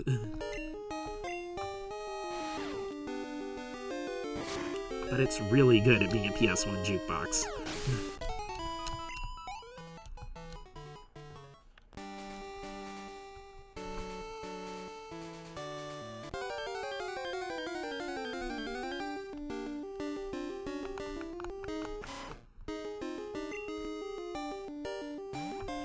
Because I actually did call Sony, when my first PlayStation 3 screwed up.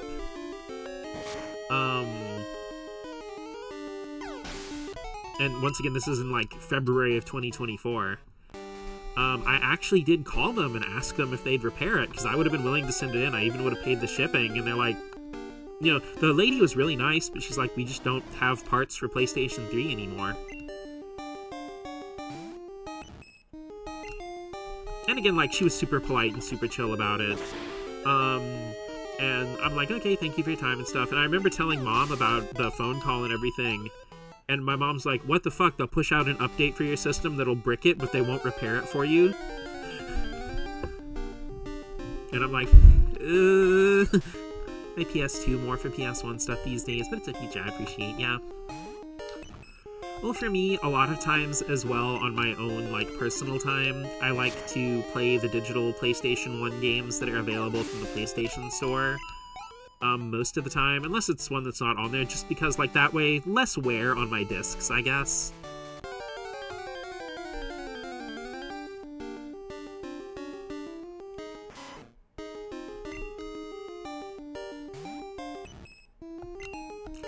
Because I know discs are made to be played, and I do plan on playing all my disc games that I own at some point, but it's like, you know, if I'm gonna replay Symphony of the Night for the 50th time in my own personal free time, it's just easier to boot that up. Because trust me, my PS1 Symphony of the Night disc has definitely been played. It's actually a really fun memory, because Symphony of the Night was one of the few PlayStation 1 games, or one of the few 2D games my mom really liked.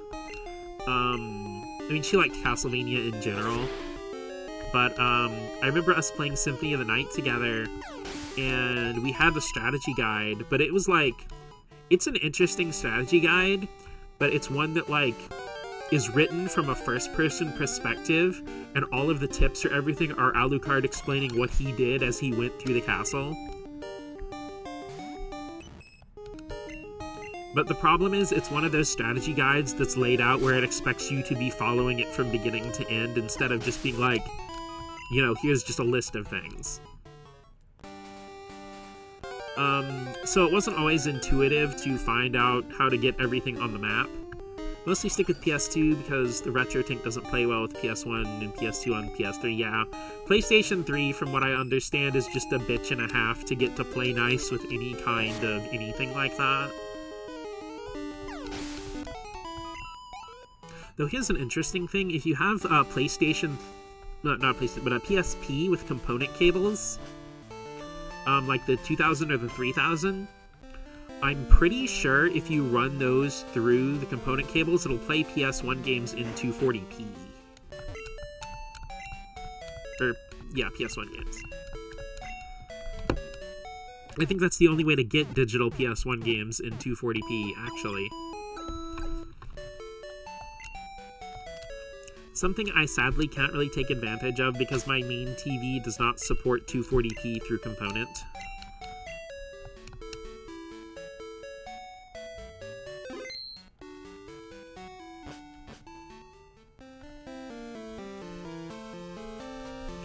PS1 games are upscaled on PS3 as a mess, and PSP plays them 240p via component. Yee.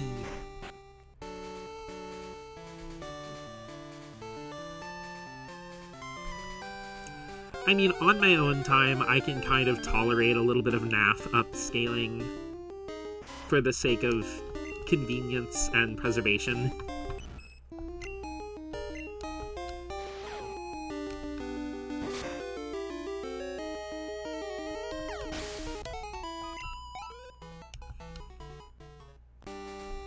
It's funny because, like, I know all this stuff, like, about integer scaling and component versus composite and RGB and all that stuff. And it's like, I know that, but then I'll just, like, freaking raw dog my Super Nintendo onto my HD TV with freaking composite.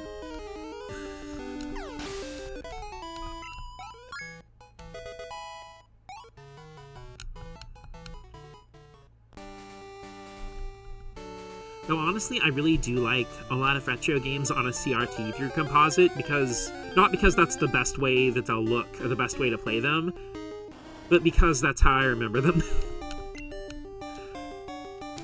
And a lot of times if I'm going out of my way to hook up one of my old systems to a CRT, I'm playing it to remember it that way, not to get the optimal experience. But I guess for me, the optimal experience is whatever makes me happy. Because my super secret thing is occasionally I will hook up my NES with a RF switch, because I still have an NES RF switch lying around, which is like dog water awful, but it's also how I first remembered NES games. So it feels like even more nostalgic.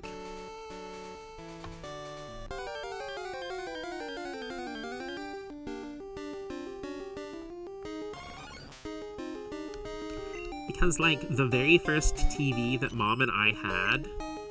Well, okay, it actually did have composite input, but we didn't know it because it was in, like, a really weird spot under a panel on the back of the TV.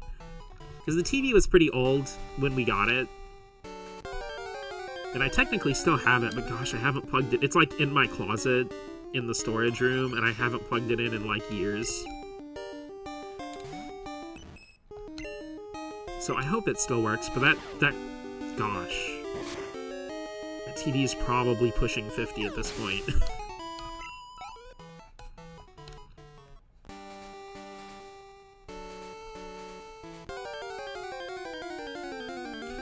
But that TV and my little silver, like, 13-inch CRT that I had as a kid are the way I first experienced a lot of video games. Though said silver CRT TV is literally like 2 feet from where I'm sitting. I love it because it's got like Dragon Ball Z and Powerpuff Girls and Yu-Gi-Oh stickers all over it.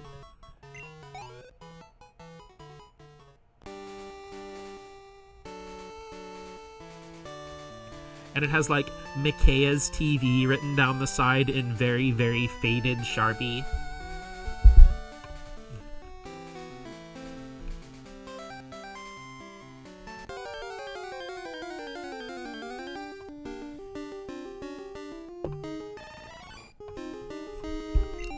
But it still works.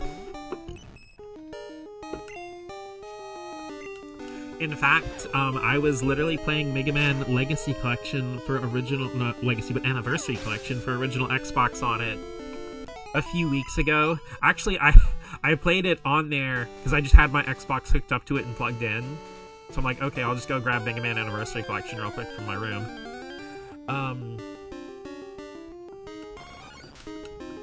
When you were streaming, because remember that one guy in there, I can't remember their name, I apologize, but them and I, we were trying to remember if it was a Mega Man Battle Network or NT Warrior episode, or if it was a Ruby Spears episode that was the bonus feature. But I looked it up, and it turns out we were both right.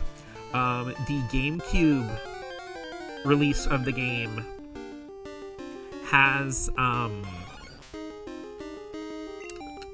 the interview with Inafune and some of the other dev team.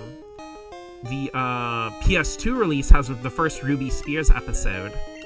And then the Xbox release has the GameCube version's interview, and then it has the first episode of Network Transmission. So all 3 different versions of all 3 different releases of the game have different bonus material.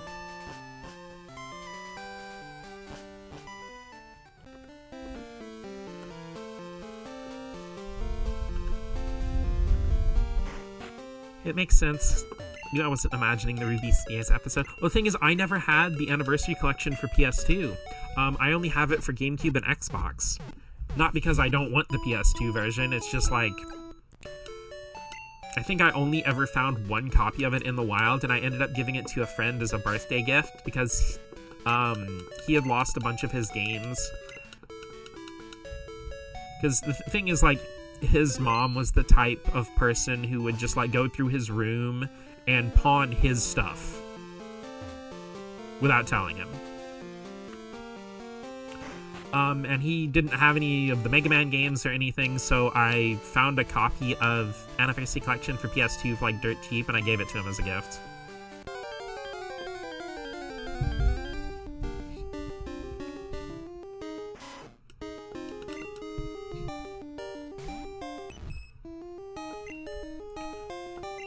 But even then, I never really played the PS2 version of the collection.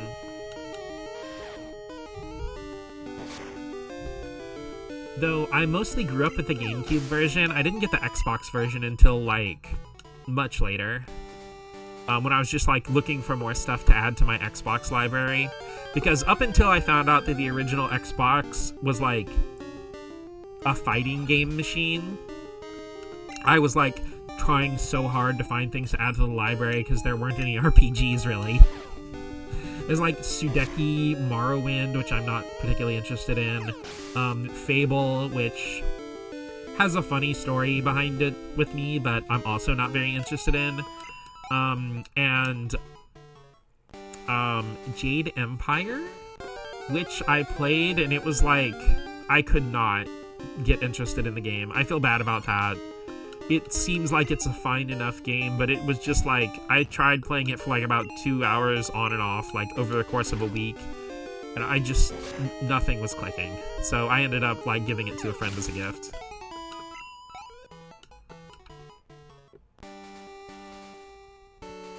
I just have that problem with BioWare games in general, because like,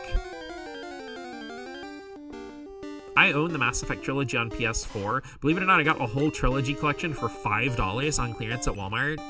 And I'm like, I want to try to play this to see what the hype is about, especially because I love sci-fi RPGs like Star Ocean and stuff. But I'm like, it's been rough goings trying to get myself to maintain interest in it.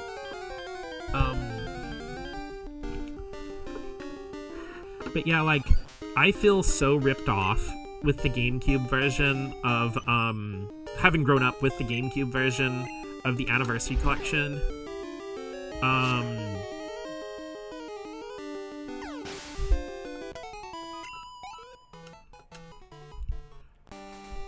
Because, you know, obviously I didn't know this at the time, but things like, the fact that the freaking remixed music is not in the GameCube version from the Perfect Works.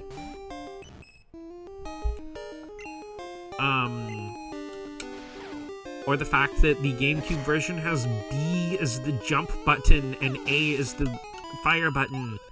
I know I bring this up every time I bring up that Anniversary Collection, but I don't know how young me managed to finish all 8 original Mega Man games with that control configuration. Yeah, not having the complete works soundtrack sucks. It so does.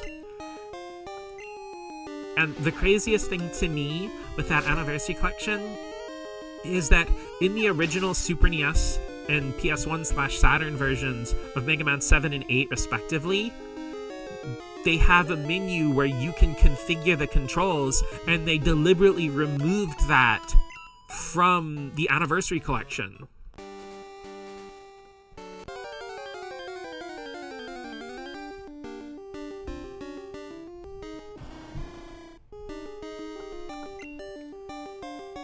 Also, Mega Man 7's ending cutscene is just completely cut from the Anniversary Collection version of 7, by the way.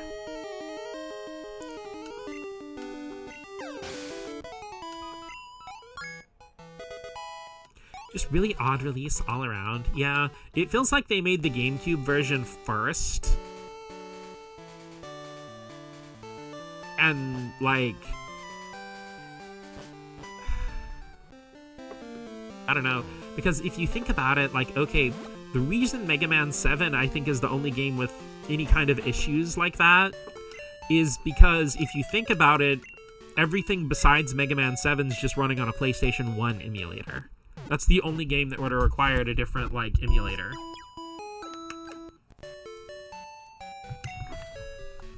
I mean, it's all a moot point now because the Anniversary Collection version, not Anniversary, but the Legacy Collections, I always get the two of them mixed up. I'm so sorry. Well, not mixed up, like, I know which ones they are in my brain, but I dyslexia them around so much.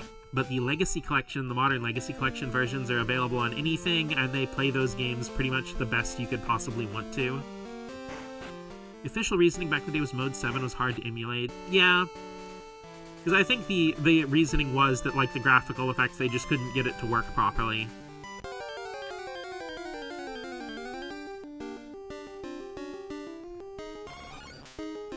I mean, in a way, thinking about it, though, it's actually pretty insane that, like,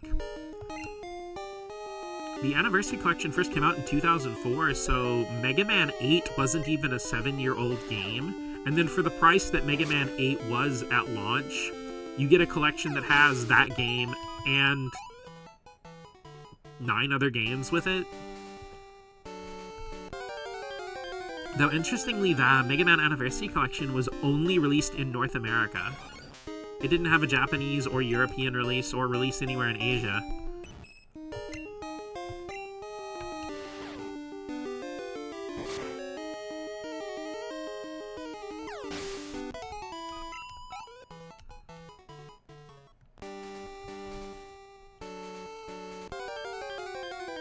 Wasn't even the Mega Man collection I was looking forward to back then. Dude, I am still mad about Mega Man Mania. Like, there were freaking advertisements for that.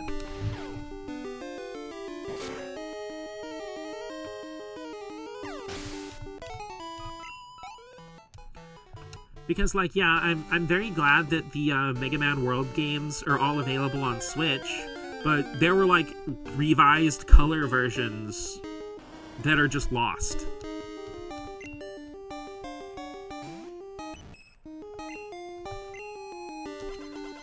There's still the fan colorizations up, but still, no, like, dude, having all 5 of those on a GBA officially with full color would have been just... Man. Besides, you know that since it's on GBA, they would have added the ability to hot swap weapons with L and R.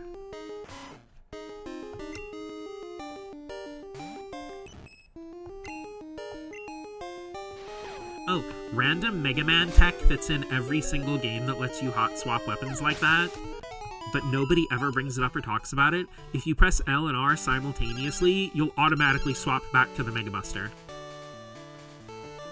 Hiya, it's Uncle Ralph. What do you say to a battle with me? Good, you're gonna do it. For a kid, you're quite agreeable. Route 32's the spot. You can call your mom sometimes, too. Let's go fight Ralph.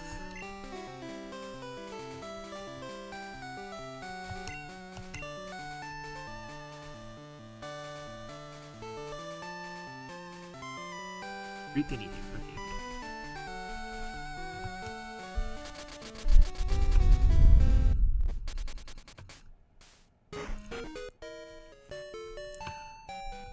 Though granted, I will admit, in every single Mega Man X game, I always go to the config menu and remap the dash to either R or R1.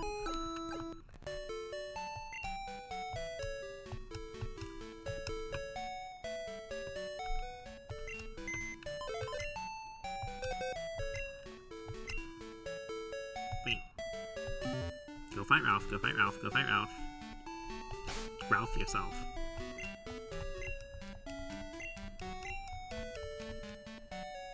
Oh, okay, I don't like having it on the same hand I'm using the D-pad with. I've tried it on L1. But yeah, like, well, having it on either shoulder button, though, is just so much more comfortable and makes teching around the games, especially with X4, just, like, dash, jump, gliding around everywhere just feels so amazing. I don't know how people play those games with the claw formation.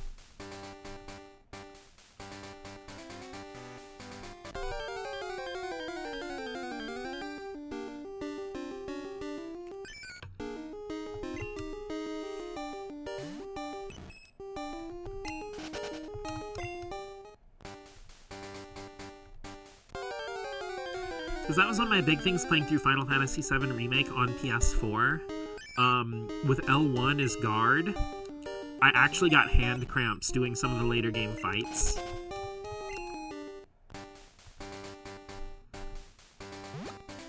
Either I used to do it myself, like, I did it for my first, like, probably, for my first few times playing Mega Man X. I don't even know, I think I just came up with the idea of putting dash on R myself. Because I'm like, oh, that'd be way more comfortable. Just from playing the game so much. Because I don't remember seeing it in a magazine or anything, but I know I've been doing that since I was a kid.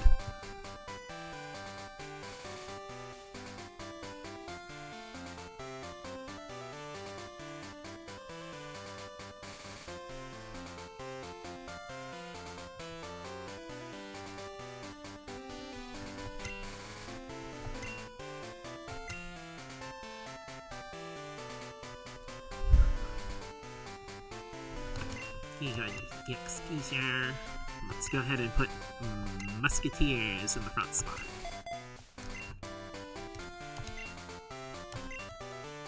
No losing for me this day.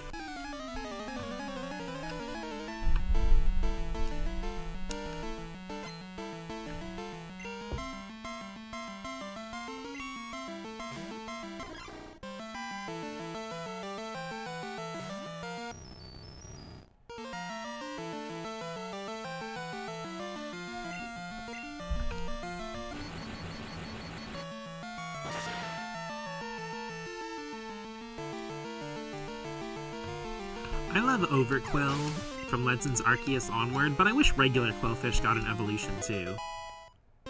I mean, even if it's just like Jotonian Overquill or something.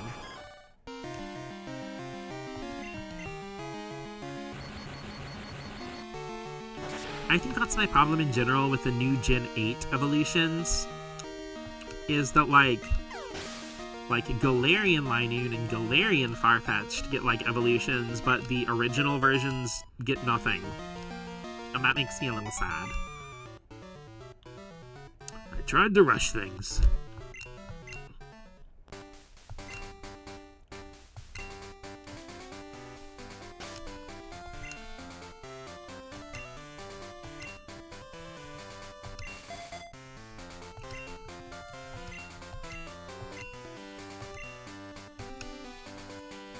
Because I'm actually a pretty big fan of pretty much all the Gen 9 evolutions for Regiroth. Like, I love Girafarig, so it actually having an evolution that makes it like competitively viable is so cool. And the whole Jungian concept of getting like overpowering psychic abilities because you united your dark and light halves is just like such a wonderful fulfillment of Girafarig's like original design concept. And they should just be evolutions across the board. And honestly, the Dunsparce is the best possible thing they could have done for a Dunsparce evolution. Because it's so funny, because most evolutions for Dunsparce or Mega Dunsparce are this, like, you know, normal dragon, fantastical, beautiful thing with, like, angelic wings or something. But it's like, no. It's... What if Dunsparce was slightly more Dunsparce?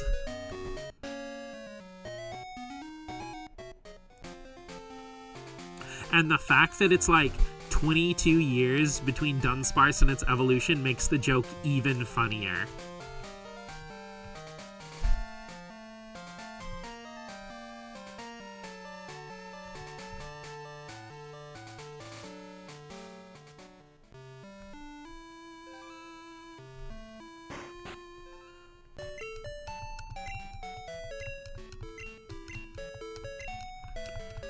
It also makes me a little sad in Farfetch'd case, because I love Farfetch'd. It's, like, been one of my favorite Pokemon since I was a kid. Also, fun little thing,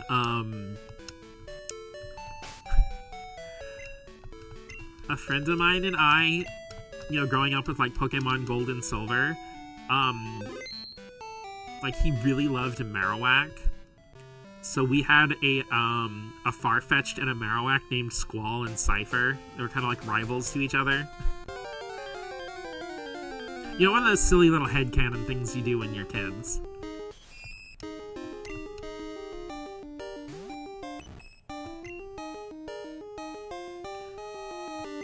Because, like, to us, like, both Farfetch'd and Marowak kind of read as, like, sword fighters.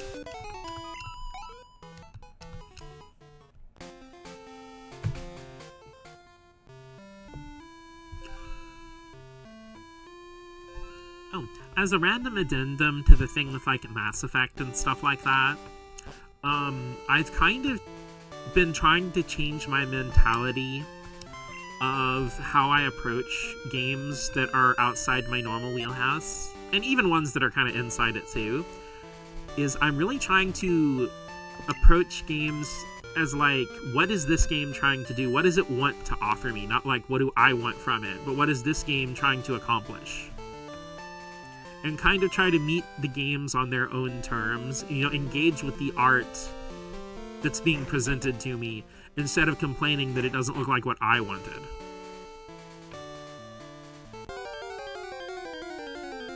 That doesn't mean, like, the absence of criticism, but if I'm going to bring criticism, criticize it on the merits of what it was trying to accomplish, not trying to criticize it on what I made up in my head.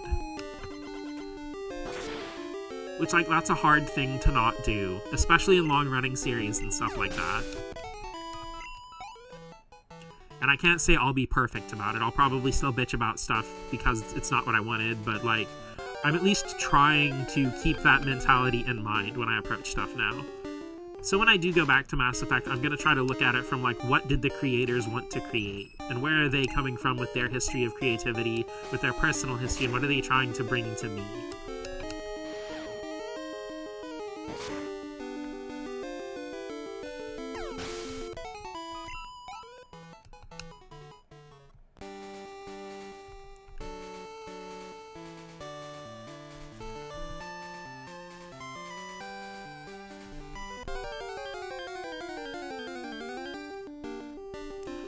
think that's fair, because it's like, if every piece of art, whether it's games or anything else, conformed to what I wanted it to be all the time, that'd be really fucking boring, because everything would just be the same thing.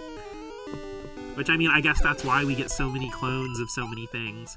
But, like, even if something's a clone of something, it's like, well, okay, but what's the hook? What's the thing? What are they going for? You know, like, I know a lot of people, like, complain that there's so many Souls-likes in the last, like, console generation and a half. The most Souls-likes, to me, seem a lot more like they're more Bloodborne-likes, specifically. But that's just my personal, like, kind of...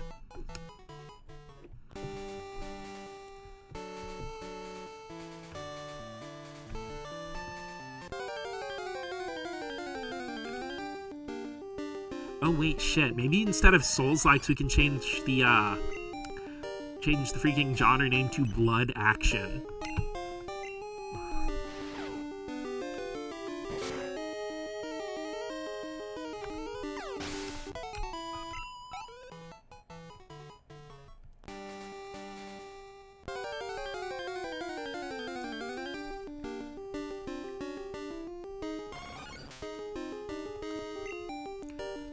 Sadly, genre names tend not to be the one that makes the most sense, or the one that sounds the coolest, but rather the one that everybody just keeps using. That's why we're stuck with Metroidvania.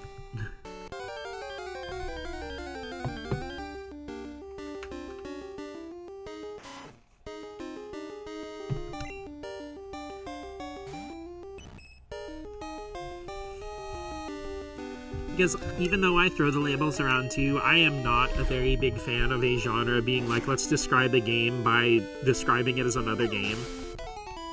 I mean, that works when you're talking to friends and stuff, especially if you know it's something they played, but it's just like, if you know almost nothing about a Souls game, telling you a game is a Souls-like does not tell you anything about it. Metroidvania doesn't bother at all for some reason. I mean, part of that could just be because Metroid and Castlevania are both based as hell and are the best games ever made, but...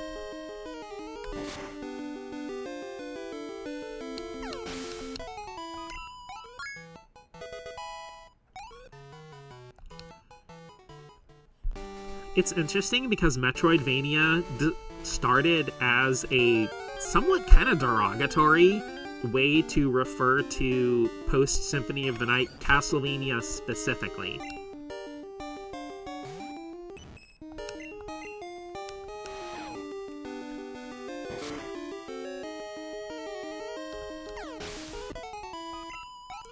Mostly from people who wanted the series to go back to being, you know, stage-clearing whip action.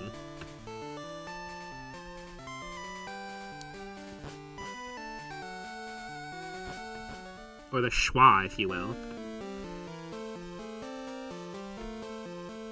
Speaking of, okay, like, as a grammatical, like, phonetic thing, you guys all know what a schwa is, right? Or joie, I think that's pronounced.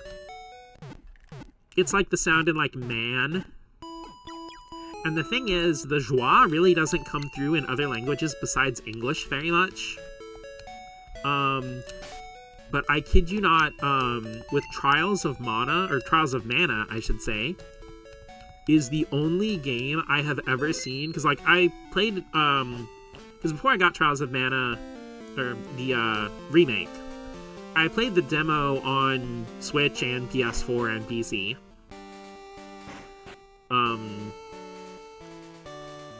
Because, like, unfortunately, I got the ADHD hyperfixation thing where I was, like, super fixated on the game, and then when I finally got a physical copy, my brain had moved on to something else.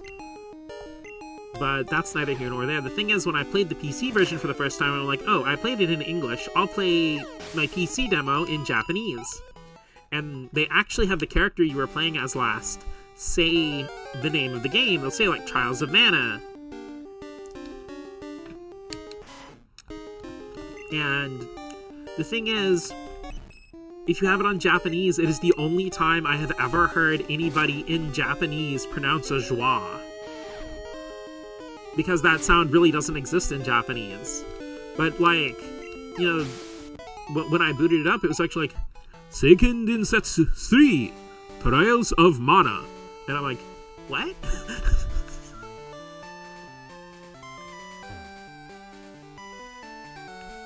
Because they actually do pronounce it Mana. No, like, sorry, Trials of Mana. I'm sorry, I keep getting it mixed up in my brain, but they actually do say Mana.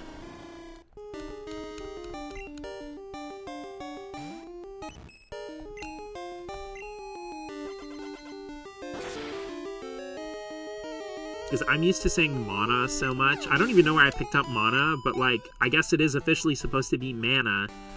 Especially if the Japanese version actually goes out of its way to enforce the mana pronunciation. Check up on that next time I boot it up. I mean, like I said, maybe I'm remembering it wrong, but it's a pretty strong memory.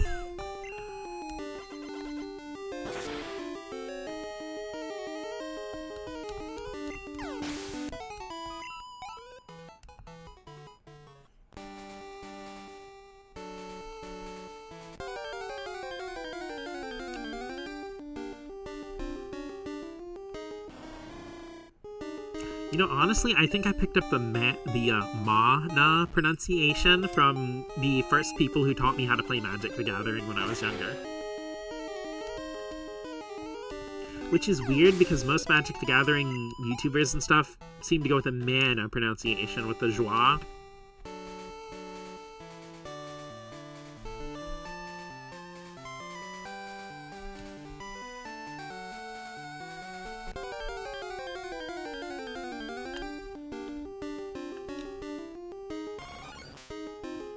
Honestly, though, the Trials of Mana remakes just freak. Like, all of the Mana games, as far as the mainline series go, are pretty fantastic.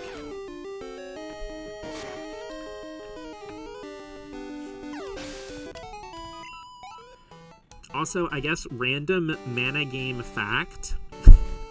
Randomly in, like, I think 2025, Square Enix just shadow dropped the Trials of Mana remake and Legend of Mana on Xbox Series X and S. With, like, no announcement.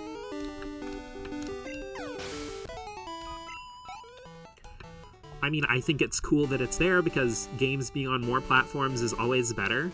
Though it is a little funny to me that Trials of Mana has a PS4 version, but no PS5 version, but it has a Series X and S version, but no Xbox One version. They are, though, my least favorite mainline game is probably Secret, which isn't an opinion that tends to go over well. I adore Secret of Mana, but you're not wrong.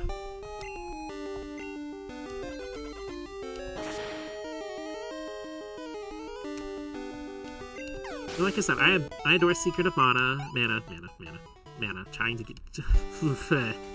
I adore Secret of Mana, but, I think if America and Europe had gotten Trials of Mana in a timely fashion on the Super Nintendo, I feel like it would have eclipsed Secret. I think Secret of Mana is so beloved and well regarded as it is because it was the right game at the right time.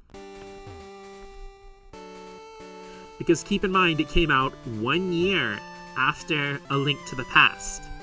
So everybody who was just absolutely adoring Link to the Past, looking for another game to give them that feeling, then Secret of Mana was right there. Plus it had co-op, so unlike other RPGs where your siblings would have to fight,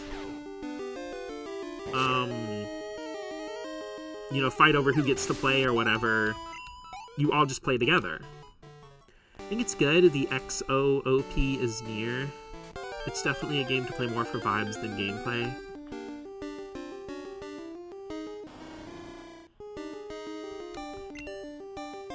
Well, XOOP is neat.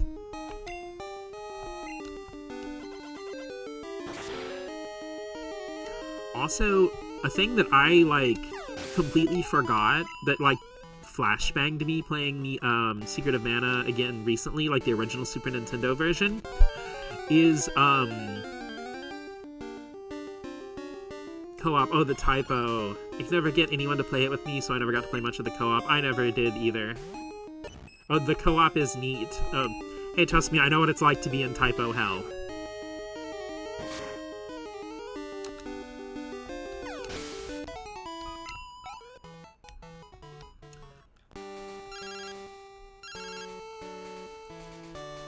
Mods? It's me, Dana. Right now I'm on Route 38. If you're close by, let's battle. I'll be waiting for you. See ya!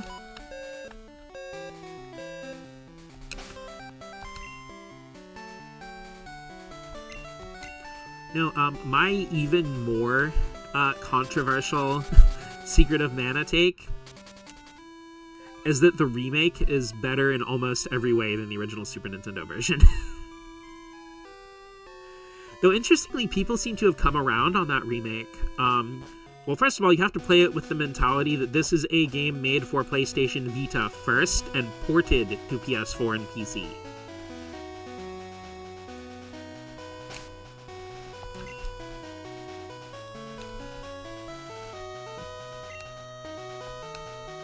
But aside from that, no, I remember the train of thought I was having a minute ago. Is, the original Super Nintendo version of, Secret of Mana has B as the confirm button and X as cancel by default. And it's really freaking jarring to play a Super Nintendo game that basically has the X confirm triangle cancel layout. The aesthetics of the original are a little better, but it plays so much better. I mean, it's hard to beat the Super Nintendo pixel art aesthetics and stuff, but I absolutely love the character models of the remake. And it also... the voice acting, I think, adds so much, and I think they did an amazing job with the casting.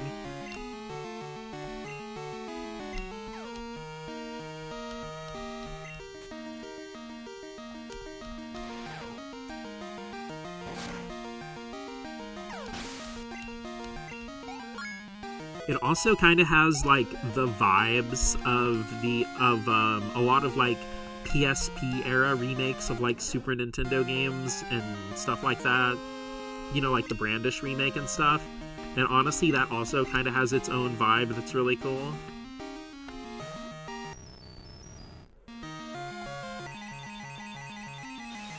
The music is the only thing I think the original wins out on, but even the remake nailed the final boss theme. Well, I mean, the remake also just gives you the option to switch to the Super NES music, so you don't even really lose that. I will definitely check out the remake version of the final boss theme, though. No, the thing remake run into with Secret of Mana is that the original composer only remixed some of the tracks because they were brought onto the project partway through. So a lot of the early tracks were mixed by like someone else. I don't remember the names of either of the people involved. I'm so sorry. I feel terrible about that. I know that the person who composed Secret of Mana only composed, like, Secret of Mana, a few of the tracks for the remake, and then, like, one or two other games. And then they have, like, a completely separate career, aside from, like, game composing. Like, their other career is not even music-related. I think they're, like, some kind of doctor or something. Not like a medical doctor, but it's like they have a doctorate in something.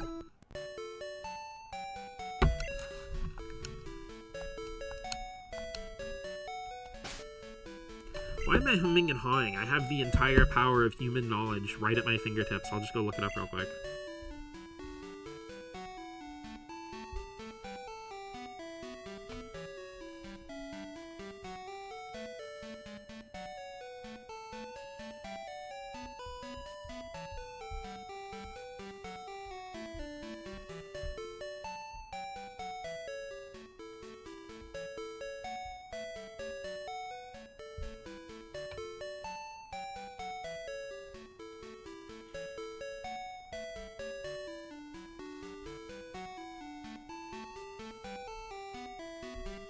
Hiroki Kikuta.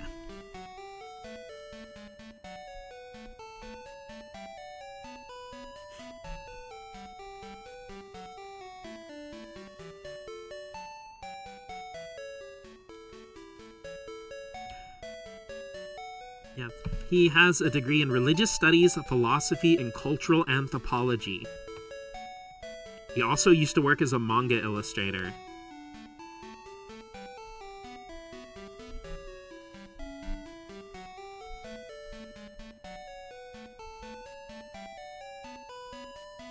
And he also did the compositions for Secret of Mana, Trials of Mana, Kodelka. He dipped his toes into a few other Mana games. He also did a little bit of game directing. And yeah, he was one of the contributing composers on the Secret of Mana remake. He's an anthropologist. Yeah, multi-talented, for real.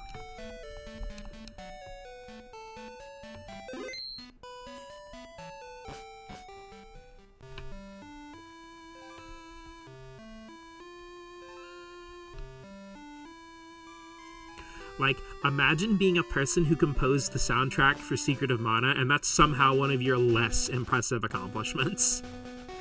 That's crazy.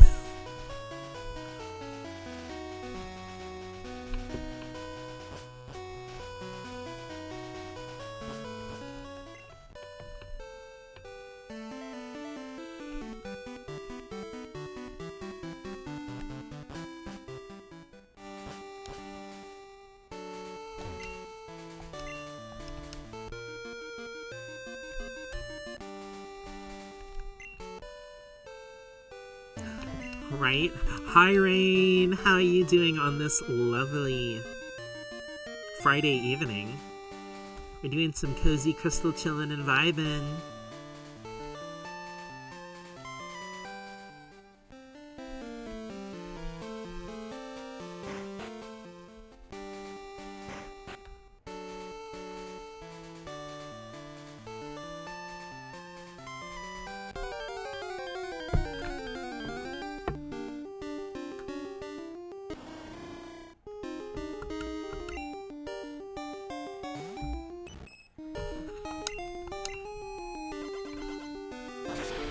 Also, it's funny, you showed up in chat, and I immediately reached for my water and took a sip. Got back from an MTG pre-release, got fucked up and went 1-2, and now I have the big EP.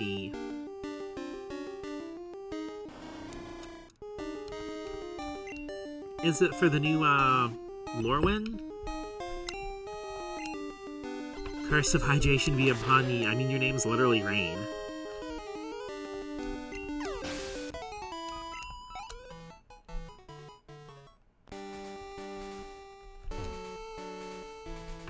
This big purple floppy-eared friendo just, like, kicks my door open and it's like, hydrate, motherfucker.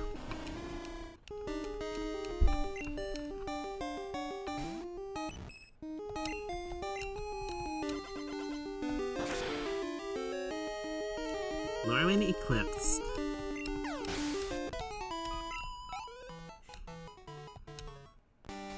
I'll be honest, I've been like on and off with Magic the Gathering. The problem is like, I feel like if I look away for 5 seconds, 8 more sets have released and I have no idea what's going on anymore.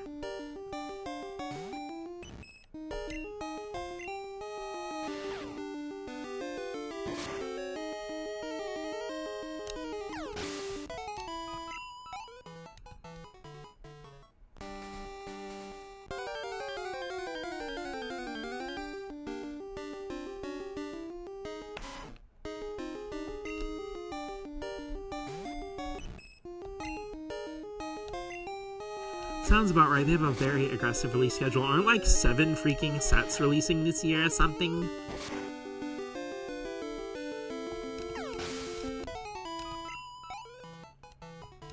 Because the thing is, like, the in-universe sets feel like they were originally going to be like the regular sets release. Would have been like only 3 or 4.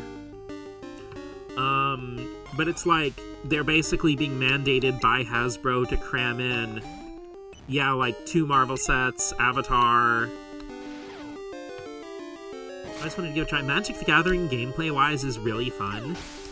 If you can, okay, don't learn to play by playing Commander, because that's not really how the game is designed. Even though a lot of products come out for Commander, it's not going to give you an idea of what Magic the Gathering really feels like to play. If you can, like, kind of get a format that's, or not a format, but, like, some people to play with that it's mostly going to be, like, starter decks and retro cards and stuff, it's a really good way to learn how to play. Unlike Pokemon and Yu-Gi-Oh!, Magic's power creep is not quite as aggressive, despite having been around longer. Granted, like, I don't think anything in living history has had as aggressive of power creep as Yu-Gi-Oh!, but that's neither here nor there. Re-releases are the cheapest way to learn Magic.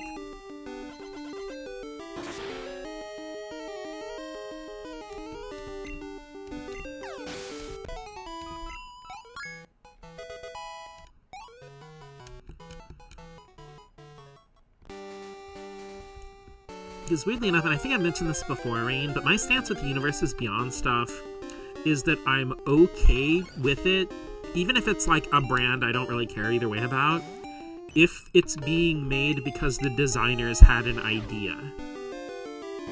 Like with the Final Fantasy set, I feel like, and yeah, I'm probably just biased because I love the series, but I still feel like most of the Final Fantasy cards got made because the designers were huge Final Fantasy nerds, and they're like, oh, what if Terra was like this? What if Cloud was like this? And then they had a bunch of really cool ideas how to make cards of them, and it turned into a set. But then you have ones like the Spider-Man set, which feel like, you know, some suit at Hasbro was holding them at gunpoint, being like, listen, you motherfucker, if there aren't 15 Peter Parker cards by the end of this month, you're all gonna get it. Some friends at MAG convinced me they say Commander is a good way to learn. Commander is the multiplayer format. I'll put it this way, learning to play Magic by having Commander be your primary experience would be like learning to play competitive Melee with 4 players and all items on.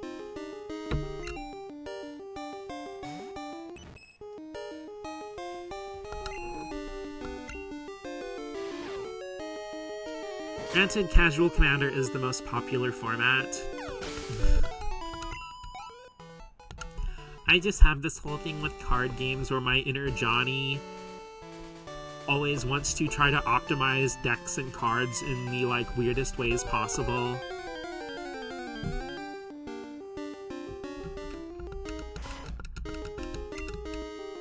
So yeah, Commander, even though Commander has its own competitive scene too, it's mostly the party mode of Magic.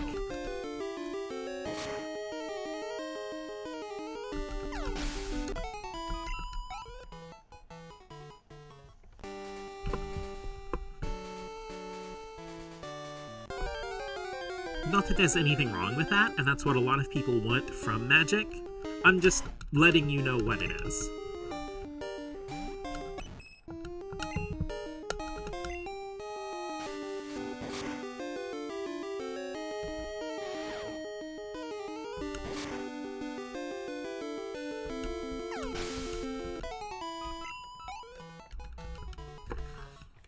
I'd still give it a try. I'm pretty ass at card games anyhow. Like I said, if you want to give it a try, go for it. Have fun. Maybe Commander will be what'll get you into it. I'm just, like I said, I'm more just explaining what, rather than saying one's better or worse. I just prefer, like, 1v1 standard formats. Because, like, for example, with Standard Magic, with the exception of a few specific cards that say so on the card, you can only have 4 copies of a single card with the same name. But, like, in Commander, you can only have 1 copy of each card. And while decks are normally 60 cards in regular Magic, they have to be 99 cards plus your dedicated commander for, Commander. Because, like, okay, 7th, you've watched the original Yu-Gi-Oh! Anime, right? Commander is kind of like, as far as the rule for having a commander character goes, you choose a legendary creature, and they're kind of like the Deckmaster system from the one filler arc where they were in the virtual world with Noah. Because, like, you know, Magic has, like, the 5 different mana colors. The 5 different mana colors. And normally, when you're playing a normal game of Magic, you can just use whatever you want to.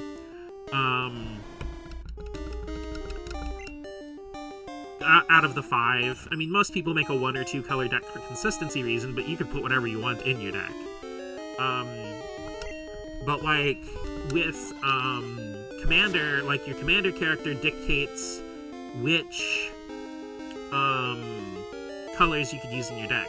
Like, if your commander is only red and green as their mana colors to summon them, then you would have to only use cards that are red or green in their color identity.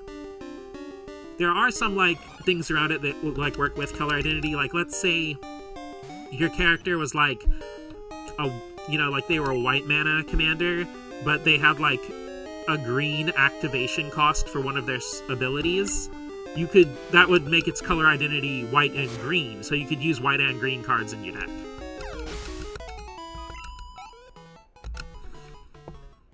Which, again, there's no such restriction playing, like, 1v1 normal Magic. But it also makes you get more creative with deck building. Like, the whole point of Commander is to get out of the trading card game and, well, the competitive anything slump of, you know, playing 100 games against the same handful of cards or monsters or whatever.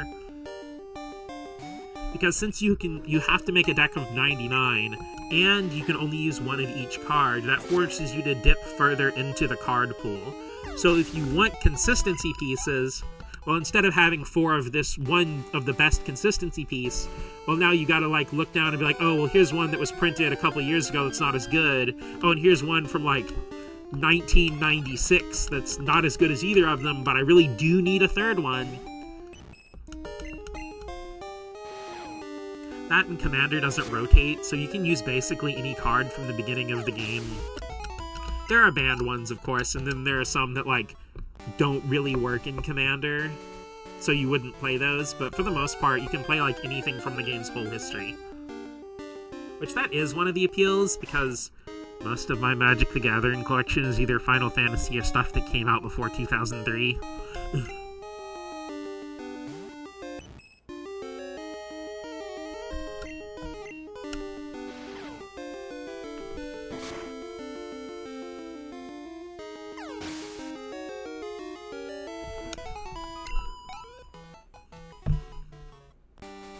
So, as someone who has kept up on and off with all 3 of the big trading card games since their inception, you know, Pokemon, Yu-Gi-Oh, and Magic, a weird trend that I've noticed for all 3 is that, keep all that in mind. Thanks, no problem. But a weird trend I've noticed for all 3 is that as the game has progressed, the monsters have gotten better, and the spells get not necessarily worse, but more situational. And more specific to, like, certain decks. Because in all 3 of them, like, the spells / trainer cards or whatever in the early sets are, like, ludicrously overpowered. Even though a lot of them have really simple effects, like, one of the craziest ones in Pokemon, like the original Pokemon TCG, because for anybody who's only played, like, TCG Pocket or the modern version of the Pokemon TCG, prior to Generation 3, supporter cards did not exist. So every trainer card was played like an item card. So you could just play as many of any trainer card you wanted per turn. And one of those from the base set is Professor Oak, which just says discard your hand and draw 7 cards. So you could literally blow through your whole 60 card deck in, like, 2 or 3 turns.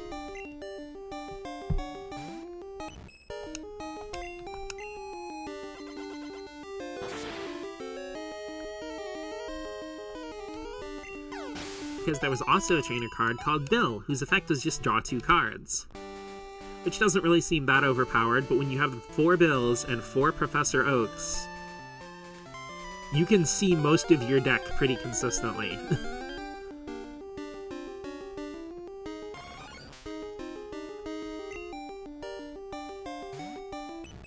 Because like most card draw effects in modern Pokemon are on supporter cards, but you can only play 1 supporter card per turn. So there are modern cards with Professor Oak's effect, but they're on once per turn cards. Yay, Moonlight! Let's go get Edising.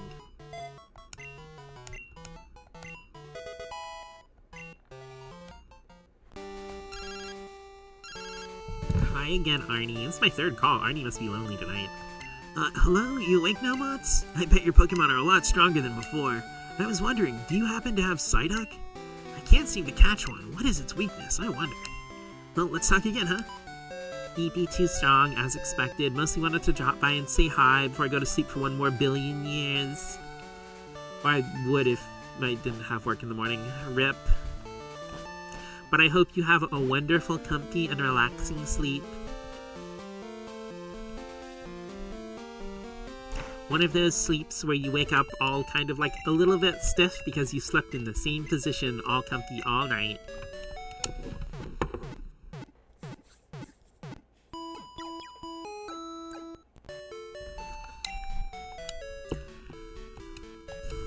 See, ADHD people aren't allowed good night's sleep because if we were actually well rested, we would be way too powerful.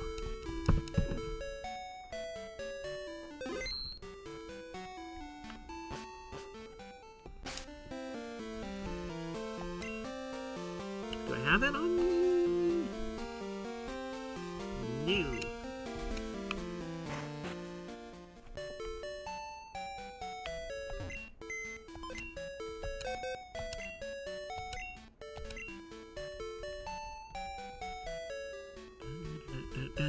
There you are. You know, there are so many features I remember using all the time in the Gen 1 and 2 games, and I found out recently that they're actually features of Pokemon Stadium 2, or Stadium 1. Because, like, there's no way to auto-rearrange your items in the Game Boy games. That's something from looking through your item menu in the Stadium games. Moon Pie!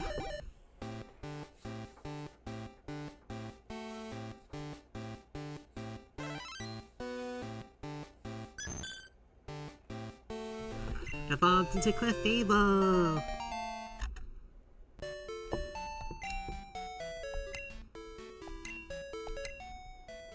Look at this precious baby girl. It's special defense though. Thick. Never caught that? Yeah, it's like, there's so many convenience and quality of life things that were added specifically by the Stadium games. Because, you know, I remember having all my Pokemon, like, neatly arranged and separated into, like, type-based boxes in my older playthroughs of, like, Gen 1 and 2. And then I remember, oh, I managed to neatly organize them because the box organization system on Stadium 1 and 2 was really good. I think this is my first time seeing Clefable's Gen 2 back sprite.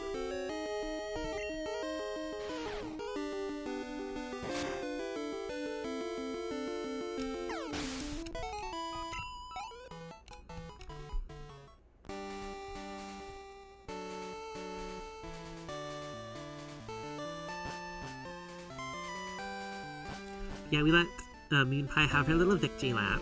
Let's go ahead and switch out for somebody we need to train up. I think Ghastly will be the next one I do.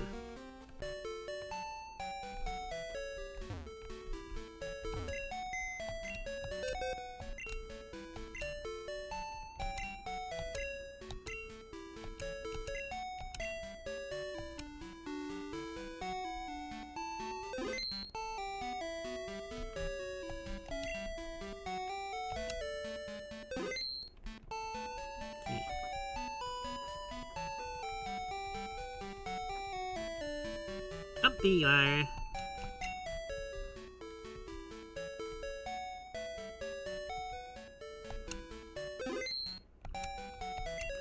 Learning Mellow C is for Mellow Cream Pumpkins.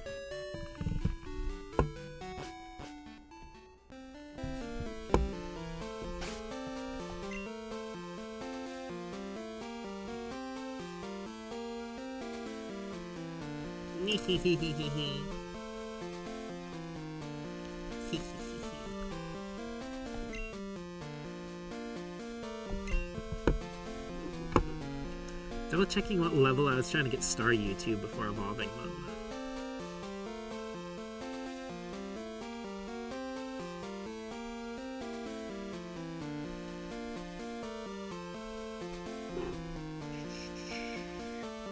Sarah B, my one-stop shop for everything. You know, it is actually freaking insane to me that Joe has just been, like, running this place for freaking... damn, almost 30 years now.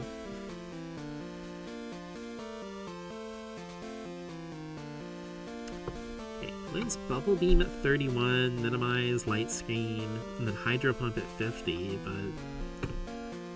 Hydro Pump's not really that good in the old games. It's not really that good in general because, well, you know, anything with an accuracy of under 100 has an accuracy of 50.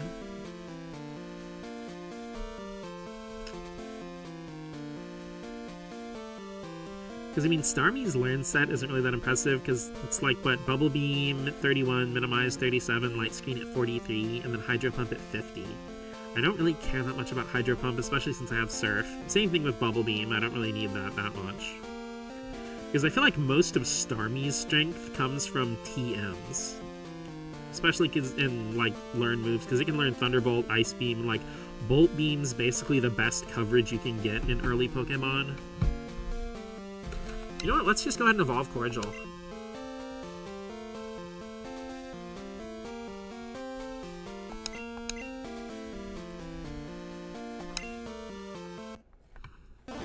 Good old Bolt Beam.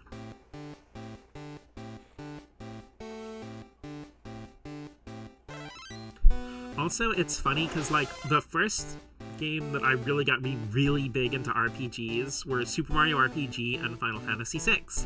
And the thing is, in the opening of Final Fantasy VI, one of the Magitech armors has Ice Beam as one of its moves, and that being in Pokemon, for a while, I just assumed that, like, ice beams as an attack were some Japanese cultural thing that I just didn't really understand yet.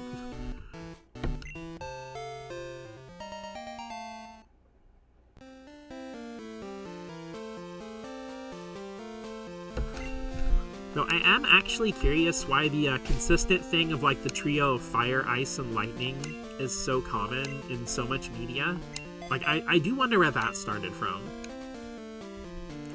Because that's also, like, the spell trio in Final Fantasy.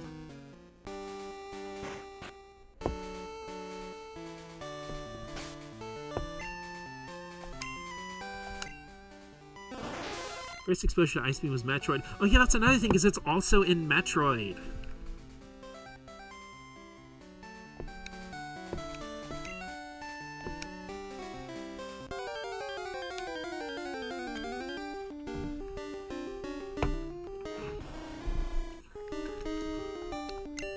Though, again, I didn't really play Metroid until, like, I was more, like, teen, adult era, because the only Metroid I've actually ever finished is Zero Mission.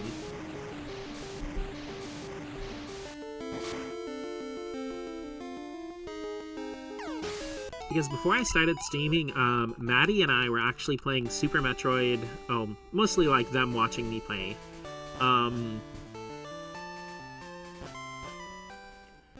I guess it was kind of like my prototype of streaming, but we would just get in, like, a Discord voice call and screen share the Super Nintendo app. And they'd watch me play while we'd just, like, chat and stuff. Honestly, Maddie, if you're still hanging out, we should do that again sometime when I'm not, like, exhausted. But I do want to finish Super Metroid because I was having a lot of fun with it. So I felt like a buffoon when I found out that the ability to hold A to dash is just something you start the game with. You don't have to unlock the upgrade first. Because I'm pretty sure in Zero Mission you do have to unlock an upgrade to dash. Though I do not like how Zero Mission handles the dash, where you have to, like, walk a lot, and then you'll just suddenly start dashing.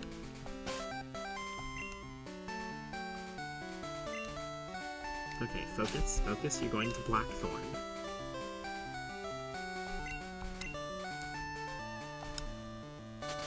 Focus M.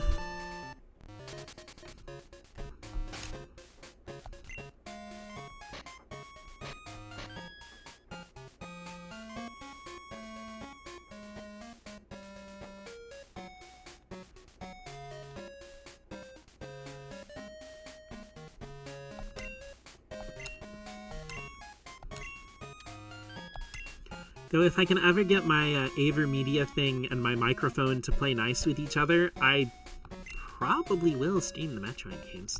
Mikhail, what are you doing?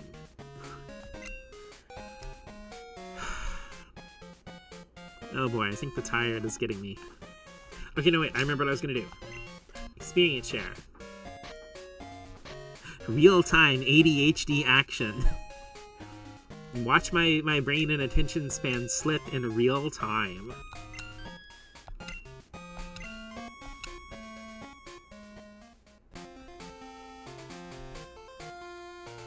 Watch your friend play stuff on PS5 screen share occasionally. It's a fun way to play watch with friends online. I actually got irritated because it won't let you do that with Game Boy or GBA. I guess because the multiplayer in those is done on separate screens.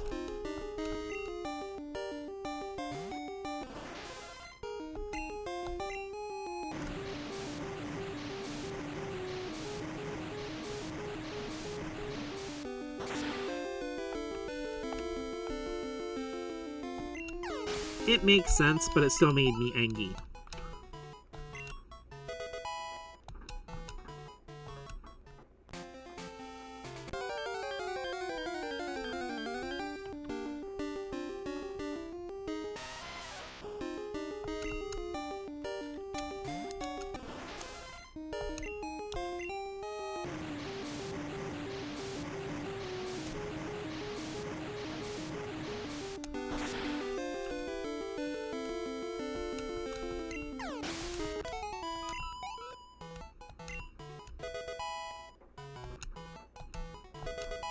Speedy!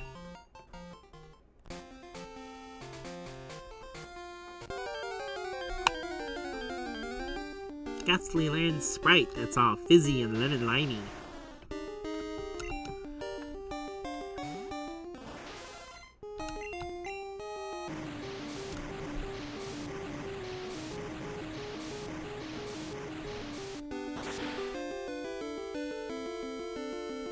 See, Starmie's back sprite is one I've seen a lot of because I was actually training one to level 100 in my original Pokemon Gold save file before it got stolen.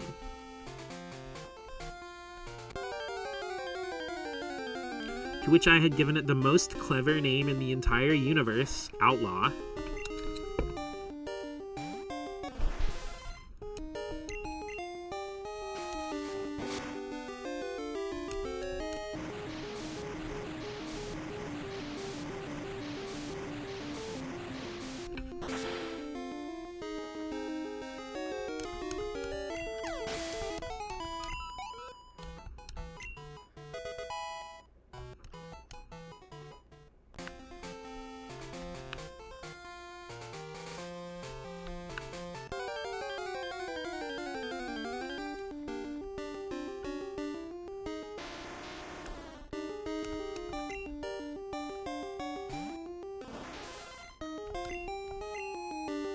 I'm just now realizing that likes name pun.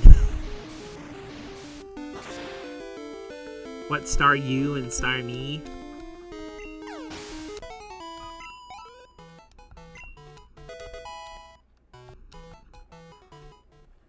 The crazy thing is that pun is added for the English version.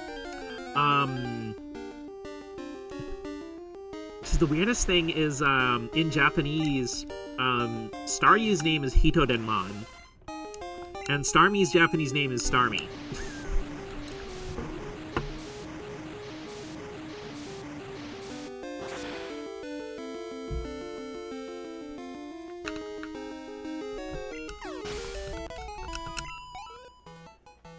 Because I always did find it weird as a kid that, like, most Pokemon in the anime said their name, but Staryu was always like, yeah! But knowing that its Japanese name is Hitodinmon, they probably just left its Japanese vocalizations in there. Like, Onyx's Japanese name is Ewark. They just left its vocalizations in the anime as is. That's why it's always like, yeah! It actually is saying its Japanese name, it's not just roaring.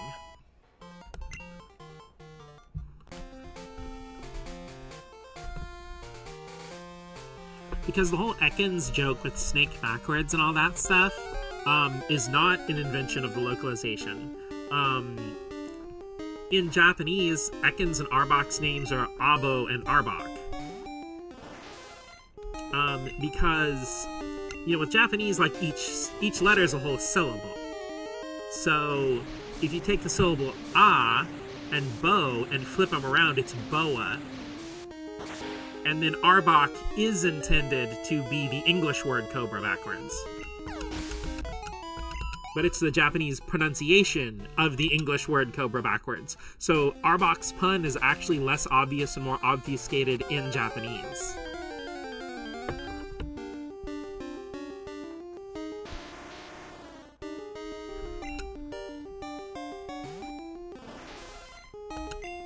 It's actually pretty surprising how many Pokemon just kept their Japanese names. Like I said, Arbok is one that definitely surprised me because there are a lot of Pokemon whose Japanese names are just an English word.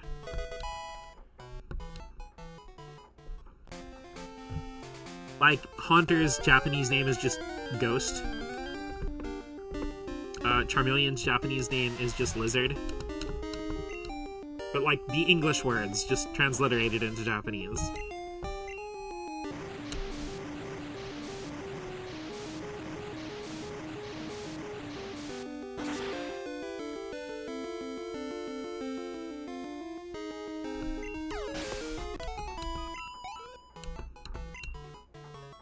Granted, like, we forget about it now because we're so used to them after nearly 30 years, but there are actually a lot of English language Pokemon names that are just a word, like Golem. Persian is one that irritates the hell out of me because they completely missed the pun opportunity. Because Persian's name is Persian in Japanese. But they completely missed that it was making an English language pun in Japanese. Because, you know, Meowth's name is Neoth, which, you know, Nya is the cat sound, meow. So Meowth's name is translated, but very literally, yeah, Persian.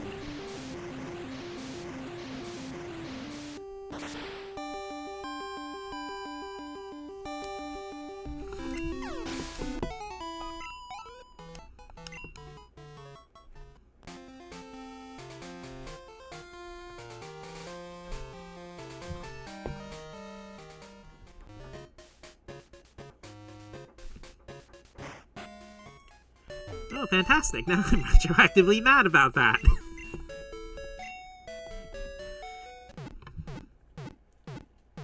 Oh no, trust me, I've been shaking my fist angrily about it for over 20 years at this point.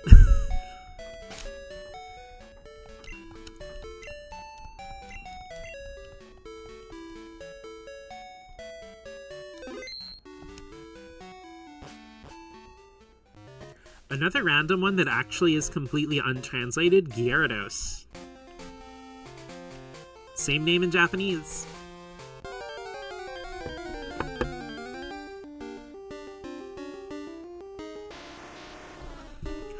Though in the original, like, pre-release marketing for Gen 1, before all the names were officially decided, a lot of them had different names, and Gyarados' prototype name was Skullkraken.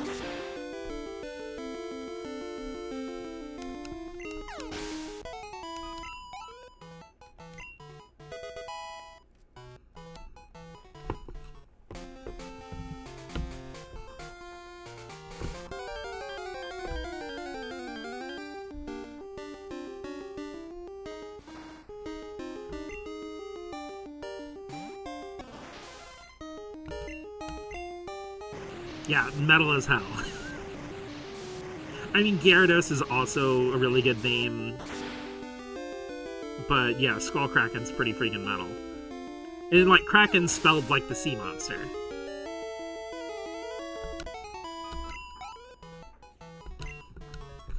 Because also in that pre-release build, or the pre-release material rather, because I don't think any games were ever made with those old names implemented, but Diglett actually was going to keep its Japanese name of Digda. I guess another interesting one that has its original Japanese name, Dugtrio, is called Dugtrio in Japanese.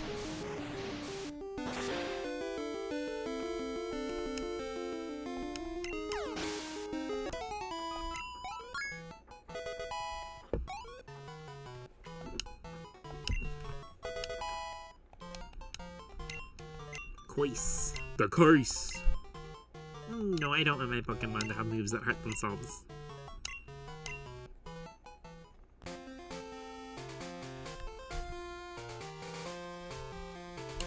I know another interesting Pokemon localization thing, because, I think Nob Ogasawara is his name. He worked on the localization of a lot of things, but most notably he's known for the localization of the first 3 generations of Pokemon. And a lot of stuff that he suggested got overwritten. Like, for example, okay, the reason why Pokemon like Hoppip learn Splash is because in the Japanese version, the attack Splash is called Hop. Like, basically the Pokemon's just hopping up and down and not doing anything. It got called Splash in the English version because Magikarp was the only thing that could learn it. That's also why Splash is not a water-type move.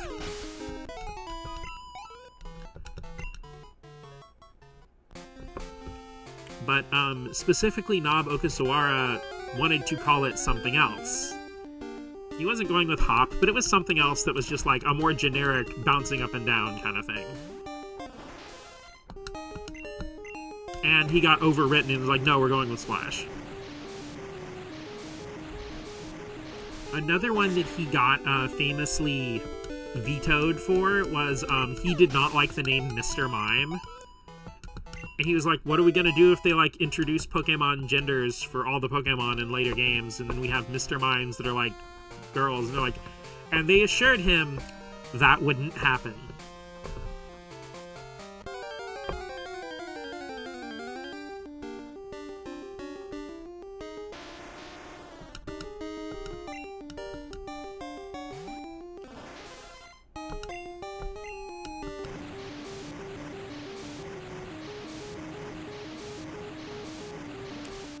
Also, an odd one to me is Swift has, in Japanese, has the English name Speedstar, which is why it always has stars, like, in the graphic, whenever you use the attack. But I feel like that one was less, some weird localization thing and more to do with text space limitations. Which is also probably where we get issues like Victory Bell and Feraligatr, because you only had 10 spaces for the Pokemon names.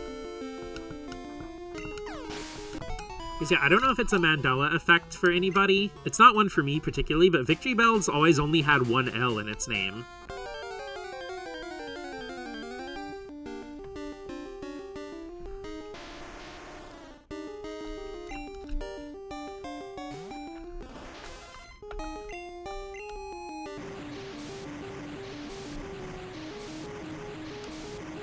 Weepin' Bell does have 2, though.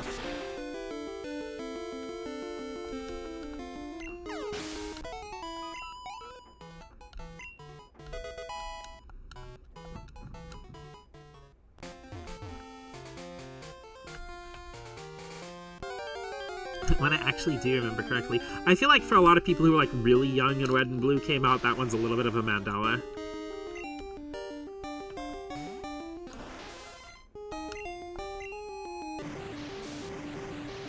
Though in some of the Pokemon Adventures manga localizations, they actually did extend out Victory Bell and Feraligator's names to how you think they would be spelled.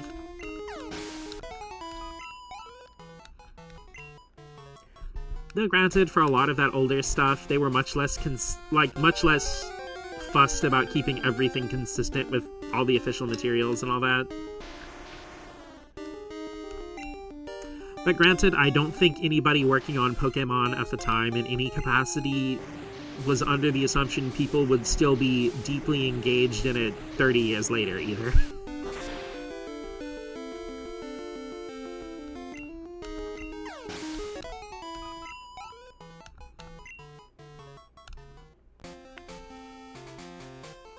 Actually, that is a bit of a weird thing. I was talking to Maddie about it the other day, is how, like, I guess because of the rise of the internet in the mid to late 90s, nothing from 90s culture ever really went all the way away.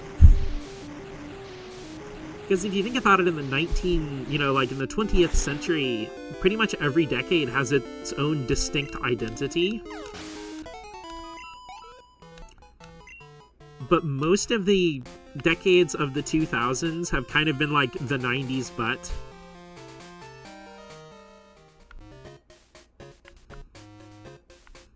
like the 2000s was the 90s, but even edgier and meaner.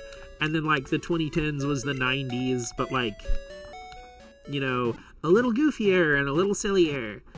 And then like, the 2020s has been the 90s, but fucking miserable.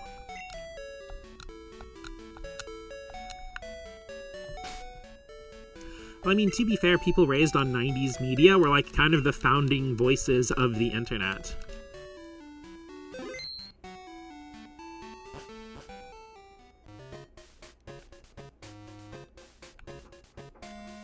Also, this may sound weird, but when I say the 90s, I also kind of consider 2000 and the first half of 2001 to kind of be a part of that. Because I feel like the 2000s turning into edgy, mean, angry time was maybe due to a certain event that coincided with the release of Advance Wars.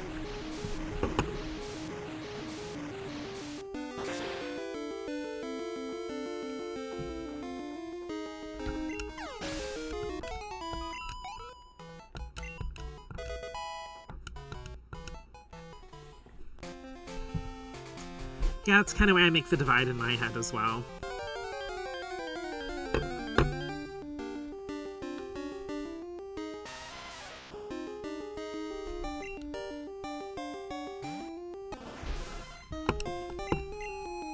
Two 2001 is also like one of the most insane years for video games ever. Not just because there were like amazing games coming out left and right that are still culturally relevant to this day. Hell, I'm playing one of them right now. But it also the Game Boy Advance, GameCube, and Xbox all launched in the same year, and that's also when the PlayStation 2 really hit its stride. Because that year brought the PS2 like Jak and Daxter, Final Fantasy X, GTA 3, freaking Dark Cloud, like so much.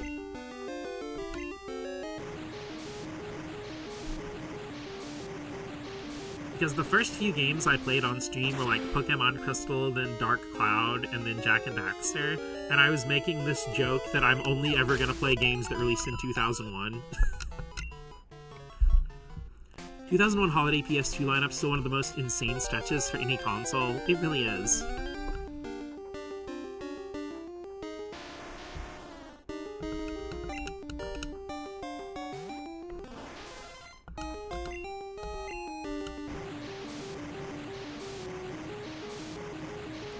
It's like between 2001 and like also 1998, as in the year of Pokemon Red and Blue, Metal Gear Solid, Breath of Fire 3, Xenogears, Brave Fencer Musashi, Ocarina of Time. Like, between those 2 years, it's like, it's no wonder that people grew up in that era are so spoiled and so, like, namby-pamby about modern games, because, like, we were spoiled freaking rotten, dude. It's just like, yeah, like, genre-defining, history-changing games just coming out every couple weeks. Like, every once in a while, I have to remind myself that, like, Paper Mario and Golden Sun and Mega Man Battle Network and Final Fantasy X and Jak and Daxter were, like, the same year. And Devil May Cry and the first Onimusha and Dragon Quest VII.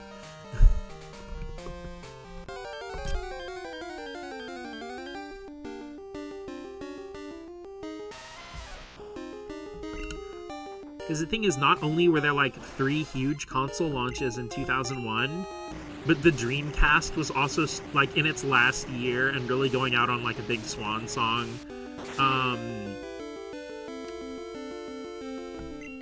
And N64 was still relevant, PS1 was still relevant, Game Boy Color was still relevant, and you had all the new system drops, so it's like... Play DQ7. I actually did a stream, I think you were at MagFest at the time, but I did a stream of the first 3 hours of the demo for the Dragon Quest VII Reimagined. It is super good. Though, fair warning, if you do decide to stream it, probably stream it from PS5 or one of the Switch consoles, or I guess Xbox Series X if you want to play it on there. Yeah, there's a demo. It's got more than 3 hours in it, because I still didn't see everything in the demo, and I played it for over 3 hours. I mean, my VOD's on YouTube, and it's on here if you want to watch me play it, but... yeah, there's a demo. Like, I if you want to, I definitely recommend playing it yourself before you look at my VOD, if you want to experience it on your own. No, I mean, I guess you get some of my voice acting. But, yeah, the demo is available on all platforms and Steam, but I'm gonna give you a warning, and I run into this in my VOD. If you decide to stream it, the Steam version does that really freaking obnoxious thing where it locks your mouse to only being able to interact with the game. I could not use any of my second screen stuff. I couldn't even move the mouse to the second screen to do anything with OBS or anything. I had to actually exit the game to get use of my mouse again. Like I said, if you're just playing it casually, it's whatever, who cares. Yeah, the save transfers to the full game, just like most of Square's demos.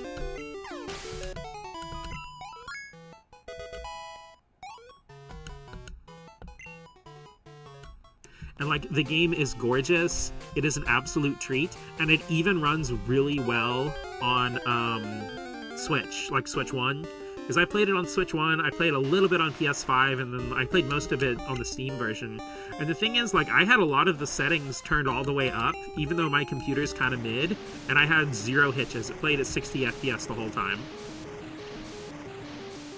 And it plays at a clean 30 FPS on Switch 1 with no hitches or weird graphical blurring or anything.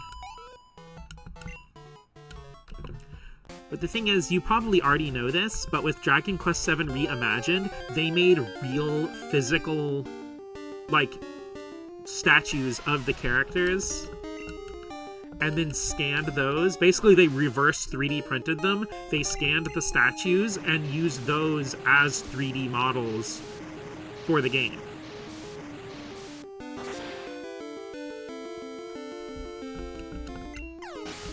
And they based the statue designs on, like, Toriyama's original artwork for the PS1 game.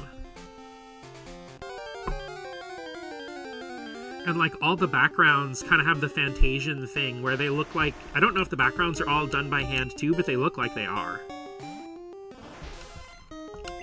And also, as a treat for, like... well, you know, people like us who are kind of oldish... it is one of the few modern games where you can actually rotate the camera with L1 and R1.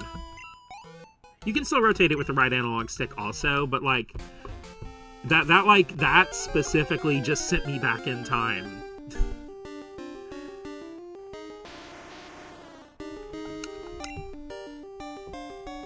But yeah, if you're gonna stream it, I would say definitely just, like, hook up the capture card to, like, your PS5 or whatever.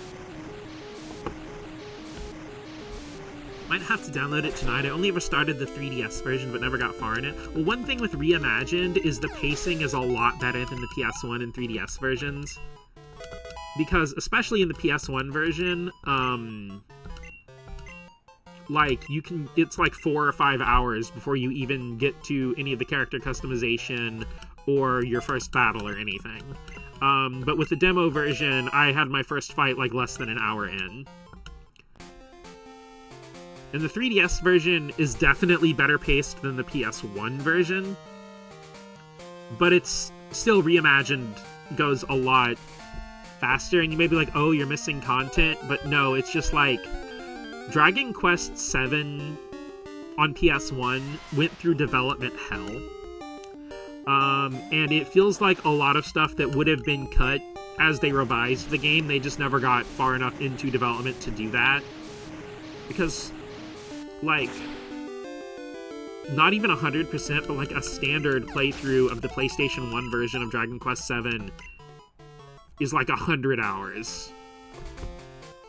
But it's... Which, like, that sounds like a lot, but... Yeah, Reimagined goes way further and tightens it up a lot. Like I said, I haven't played a whole lot of 3DS or PS1 version of it myself, but, like, I do know it by its reputation.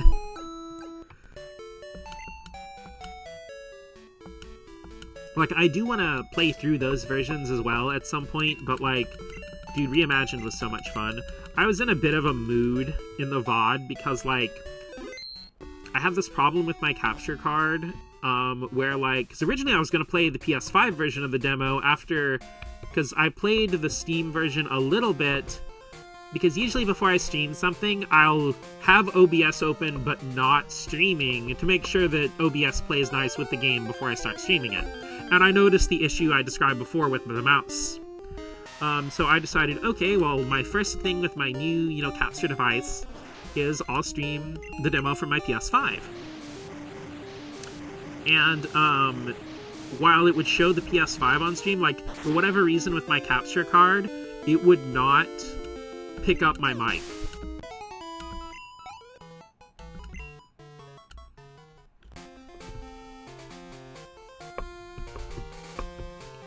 And so, like, I couldn't capture game footage and talk into my mic at the same time, so I'd either be silent. So I just said F it and ended up going with the Steam version, because literally, like, I think the first 10 minutes of the VOD are me fucking fighting the PS5, not the PS5, but the capture card, trying to get it to do both.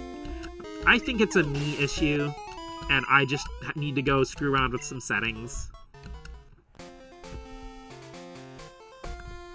And the thing is, like, I've had to go to work at job, and a lot of times when I'm low on energy, I do not have the energy to come home and troubleshoot stuff on my computer for like an hour.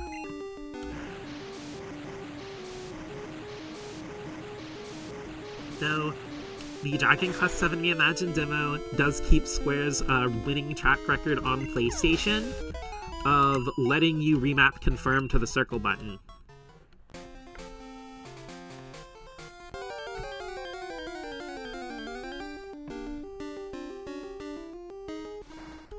Which, like, I'm sorry, I grew up with Final Fantasy VII and Tactics, and I played a whole lot of Metal Gear Solid 1, and well, all the Metal Gear Solids before 4.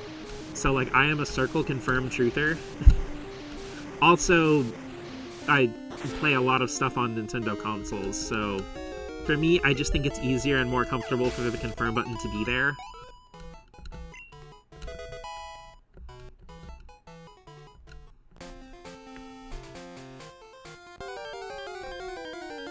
Especially because controllers before the PS5 were designed with circle to be the confirm button, and it screws with a lot of games' control schemes. The most notorious being Kingdom Hearts, because, your main attack and menu thing being on circle and jump being on X, where the jump button is supposed to be. And they just kind of came into an incompatible issue with the North American version, and they just put jump on circle.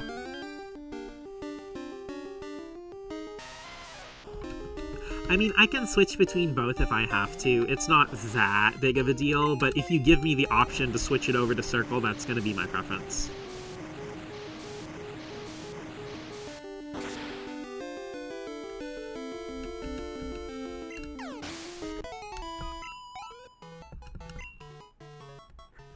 Because it's actually interesting how many PlayStation 1 games give you full reign of how you, like, remap the controls and everything. Because, like, the original version of Star Ocean, the second story, has full control remapping.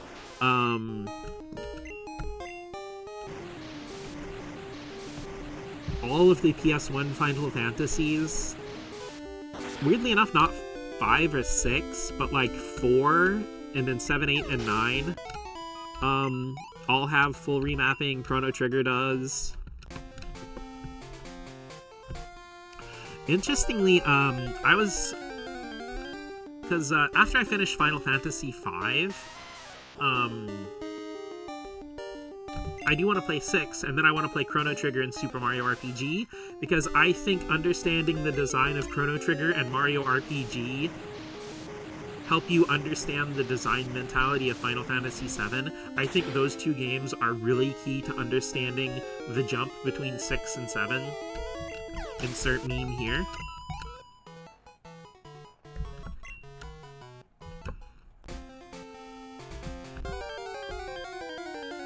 But, because I was actually going through the different versions of Chrono Trigger, you know, like, I played the PS1 version a little bit, I played some of the Super Nintendo version, and I played a little on PC as well. And I was deciding which one I want to end up streaming, which, like, it's probably not going to be the PC version, because the PC version is good, but it doesn't feel like it's the original version of Chrono Trigger. And I'm not talking about, like, the retranslated dialogue, that part doesn't bother me. But the menus and everything are really different. They're not necessarily worse, they're just not Chrono Trigger's menus. And it's weird that maybe I'll go dig around in the options and see if you can change it, but at the very least, from what I can see, there's no way to get the original menus in Chrono Trigger. The part I'm torn about is Super NES versus PS1, because the Super NES is the original, and the PlayStation 1 version has, like, obnoxious load times between, like, opening the menu and stuff, which is not something I ever noticed playing through it for the first time, but I definitely noticed it going back to it a little while ago.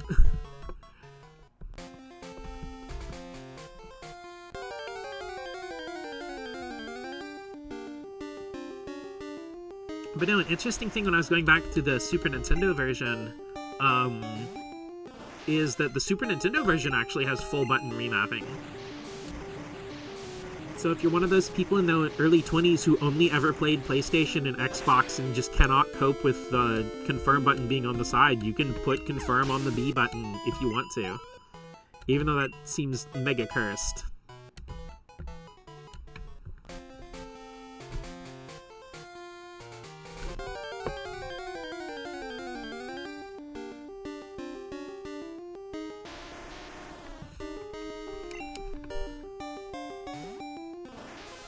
Early 20s sounds mega cursed on my days. Hi, Sewer Grease, welcome in. My name is Nikea, aka Mott's the Gaming Mouse.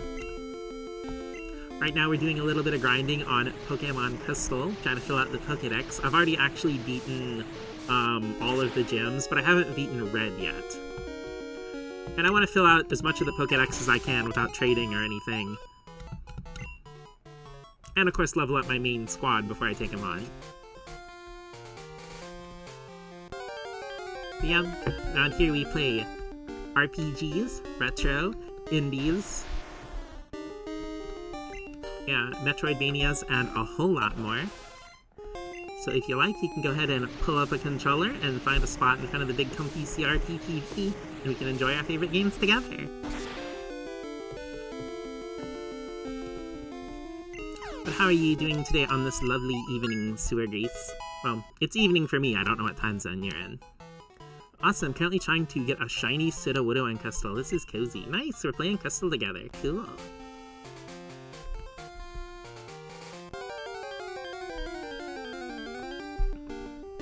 Are you just standing in front of the tree with a watering can, like with a... Well, I guess that's the only way to get the Sudowoodo. Are you trying to do the static encounter, or are you just, like, grinding out a million billion eggs?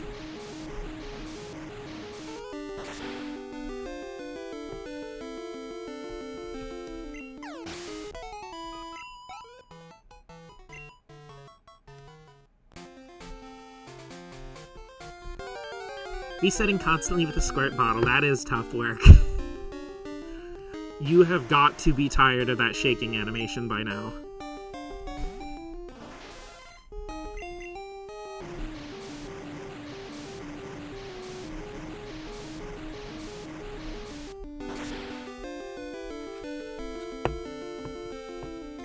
In about a month, absolutely determined. You'll get it. You'll get that shiny tea. I hope you have like a bazillion Pokeballs just in case. And probably maybe like a Ghastly or Haunter with Hypnosis and something. Maybe you'll be my good luck charm. I'll try my best. Sending all my squeaky mouse luck straight to you. Oh shit, I forgot to do Seraph. Or I forgot to go to the Pokemon Center.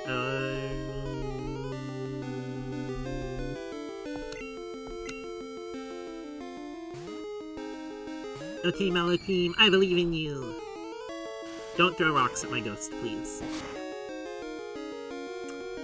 Shit. I was hoping it would go self-destruct when I switched in a ghost type.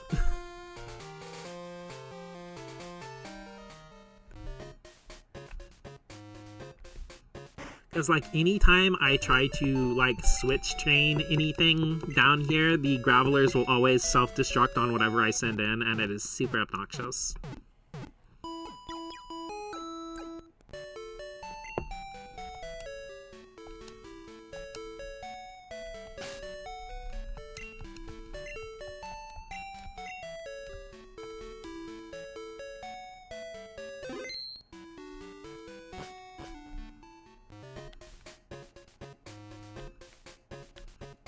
Yeah, my thing I was saying before is, like, I'm not sure which version of Chrono Trigger. I'm torn between the Super NES and PS1 version, because the PS1 version was the first one I played, and it feels really weird to me playing Chrono Trigger without the animated cutscenes. I mean, I know they obviously weren't there in the original Super Nintendo version,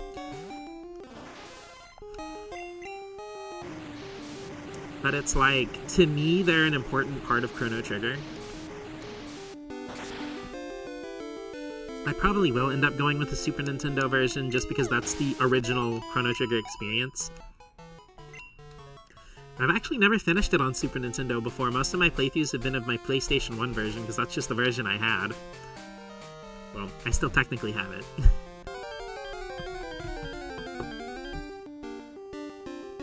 It is absolutely freaking insane to me that there is no version of Chrono Trigger on any modern consoles aside from being able to get it on PC.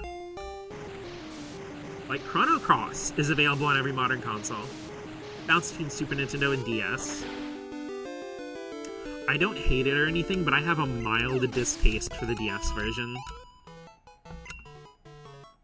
I can't really properly describe why.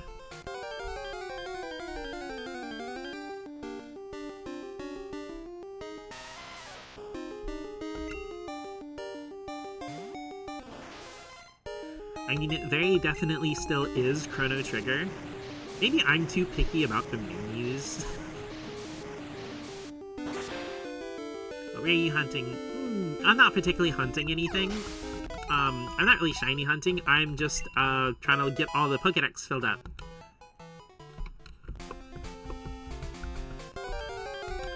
So I am, well, my Ghastly is one level away from being a Haunter.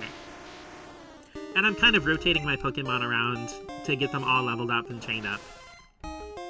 I know there are faster and more optimal ways to do it, but I'm not trying to do this optimally, I'm trying to have fun. And I like training the different Pokemon and experiencing their movesets and stuff like that and learning their strengths and weaknesses. But the reason I'm just doing the experience share on the Ghastly is because I have used Ghastly in a lot of Gold, Silver, Crystal playthroughs before, so...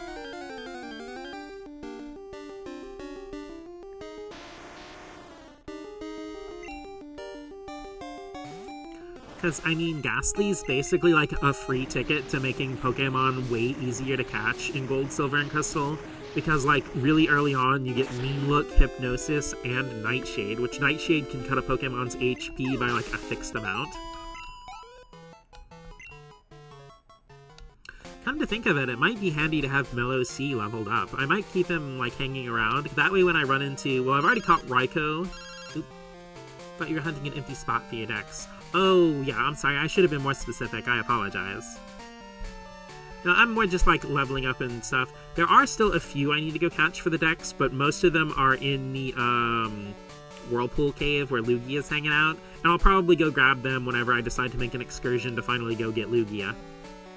Mots? It's me, Dana. Right now I'm on Route 38. If you're close by, let's battle. I'll be waiting for you. See ya! Yeah, obviously, since I'm playing Crystal, I already have Suicune because of story reasons, and I used my Master Ball on Raikou, so the only one I actually need to hunt is Entei, which that's probably a whole ordeal that'll be a stream in and of itself.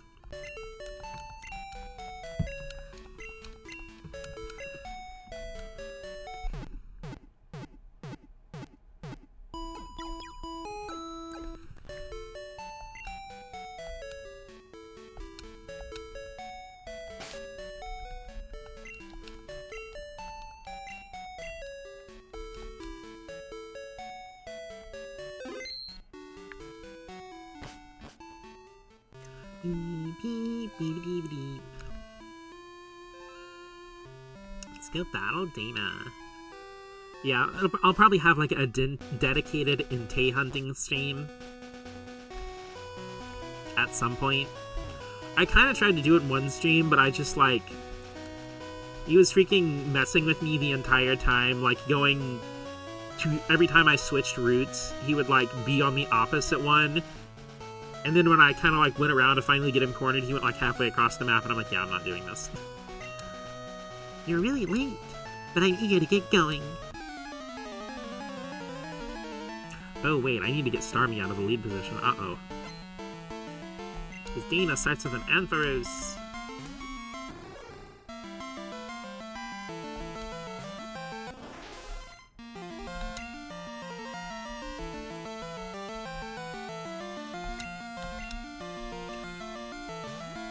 Musketeer, problem solve!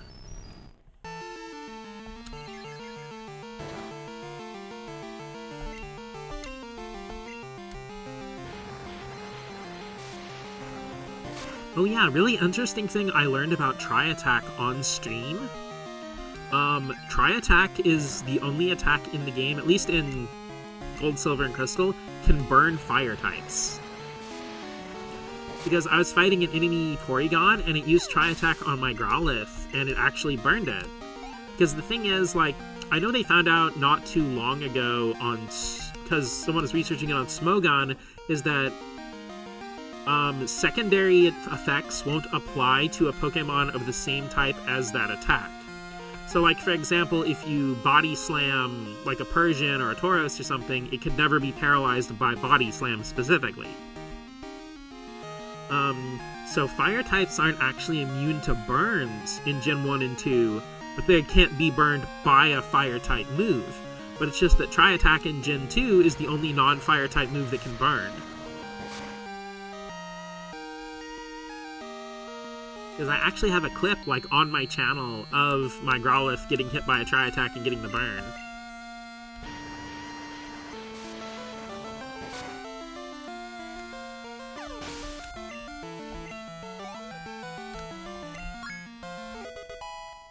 It's news to me in regards to Tri-Attack, and I didn't know it either until it happened to me in real time. Like, I discovered that when it happened to me on stream. I see, so you battle that way. Yo, Hunter time! Can I get some ghost emojis in chat for the Hunter?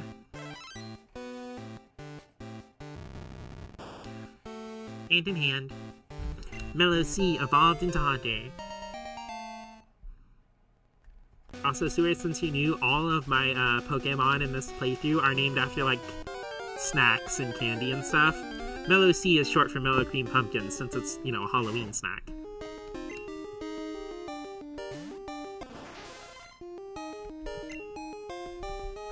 Let's go ahead and let Mellow C come in here and do a little bit of their own fighting. Now they're Spooky Haunter. Ooh, Haunter's back sprite's so cool. I forgot how cool it was in Gen 2.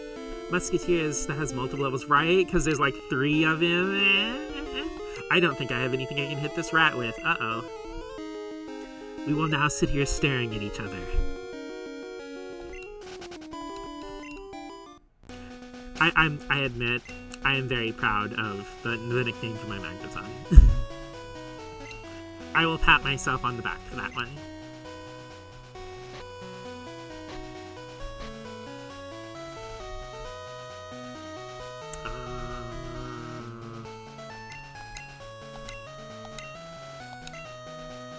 One of my favorite things about Gen 2 is the unlimited elemental punch TMs being available. Okay.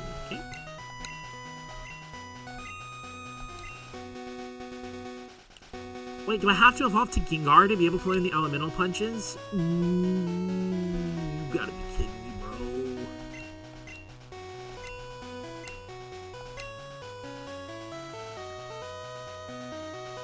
Bro, Haunter has hands. Angry. Damn it, that's right. What I'm thinking of is the fact that Ghastly and Haunter, like, yeah, Ghastly can learn it as an egg move in, I think, Generation 3 and 4. Ugh.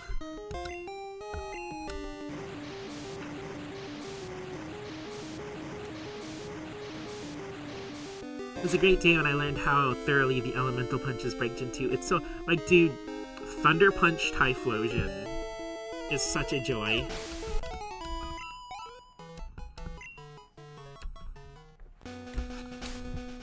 Or the fact that Ampharos can learn Fire Punch and Ice Punch.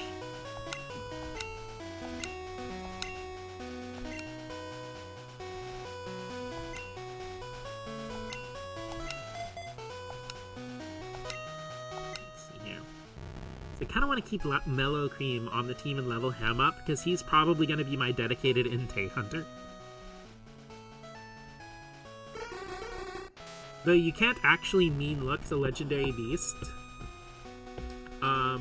because they will immediately use Roar if you use mean look on them.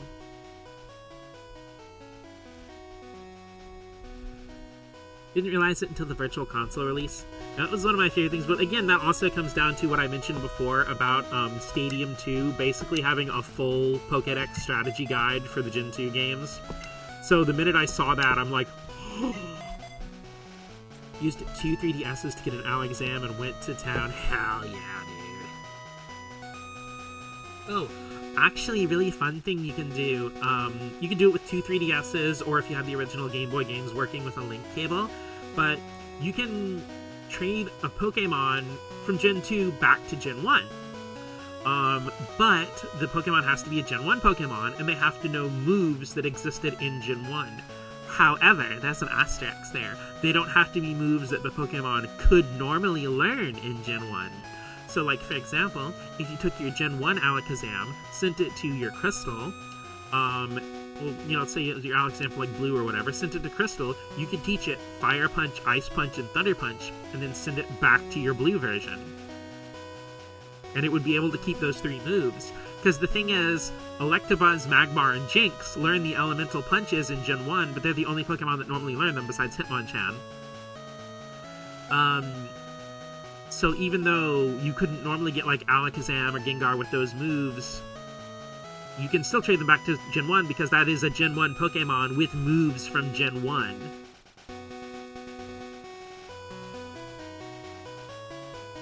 And it's interesting because if you use Pokemon in Stadium 1 that you did that with, like, let's say you had an Alakazam with the elemental punches, it'll highlight the move in pink, basically like waving its finger at you, but it'll still let you use it in the game. Even in, like, the Pika Cup and the Poke Cup and all that stuff.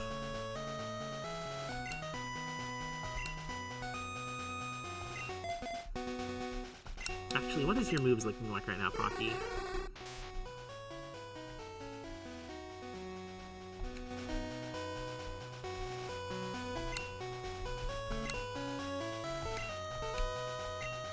I don't know how you have this, but I'll allow it. It's like, I remember when I found that out, I thought I felt like the biggest genius in the entire universe. Like those old Mega Mind advertisements where he's like pointing to his head, it's like, it's big for a reason.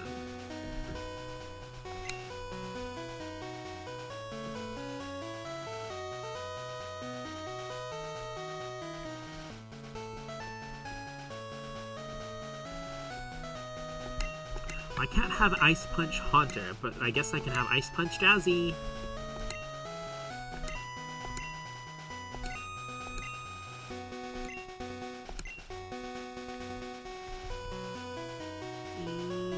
Yeah, I'll just say goodbye to Disable. Disable's one of those moves I feel like should be good, but it never actually ends up being good in practice.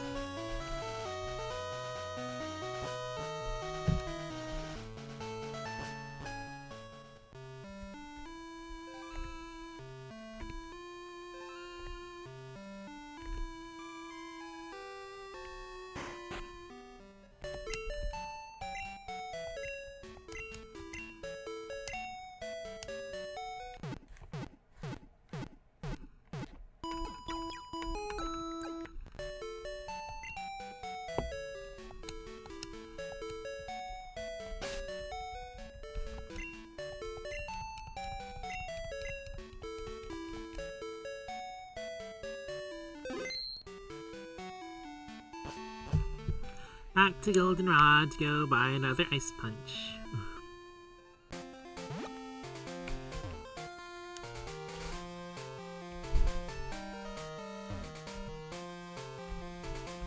Honestly though, as much as I love going back to the older Pokemon games, Gen 5 onward, adding infinitely reusable TMs is such a blessing.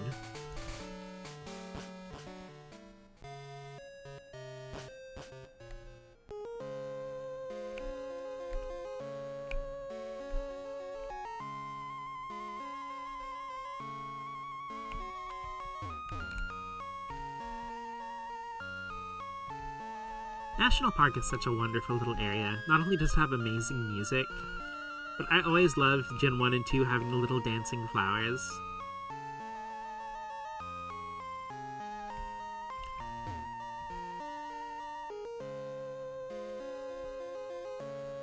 Also, if for whatever reason any of you have never heard it before, whenever you have some free time, absolutely go look up the Heart Gold and Soul Silver remix, the official like Heart Gold and Soul Silver soundtrack version of National Park. Like, oh my god, it is transcendent.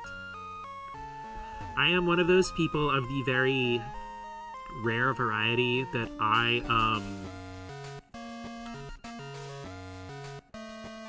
do like Gold, Silver, and Crystal significantly more than Heart Gold and Soul Silver for a lot of reasons, but damn, Heart Gold and Soul Silver's music freaking hits.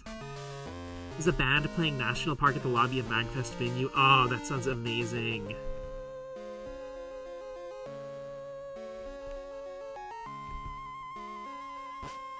I cry every time. It is the music.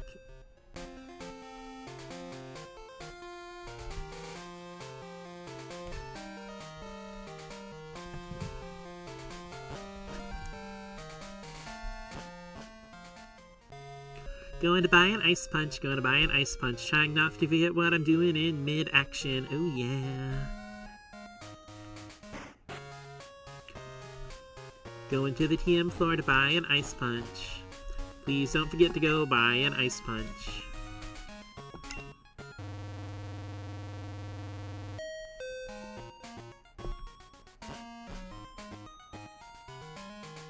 There was apparently a Chrono Trigger and Mega Man concert too. Aww.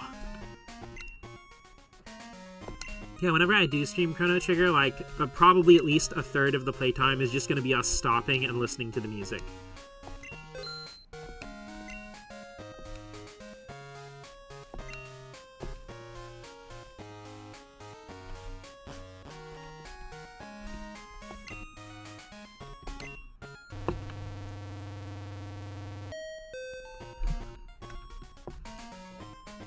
Chrono Trigger, like, it's such an odd thing, because, like, I know this is a very talked about issue, but it's just, like, it's so weird to me how much of a huge influence Chrono Trigger has on so many other games, but it's so perpetually not available. Secret of the Forest might be my favorite song from an RPG. That is, I don't know if it'd be my favorite, but that is 100% valid.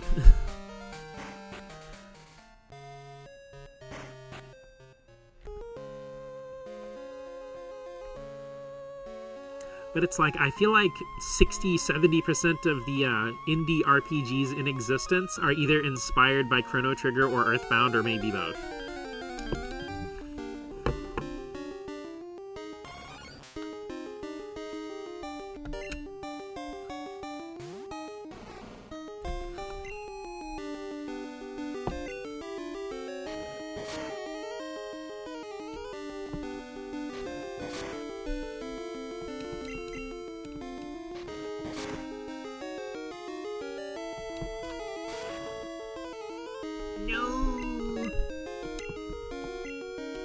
You know, I really wish half of Pineco's attacks didn't ouchie itself.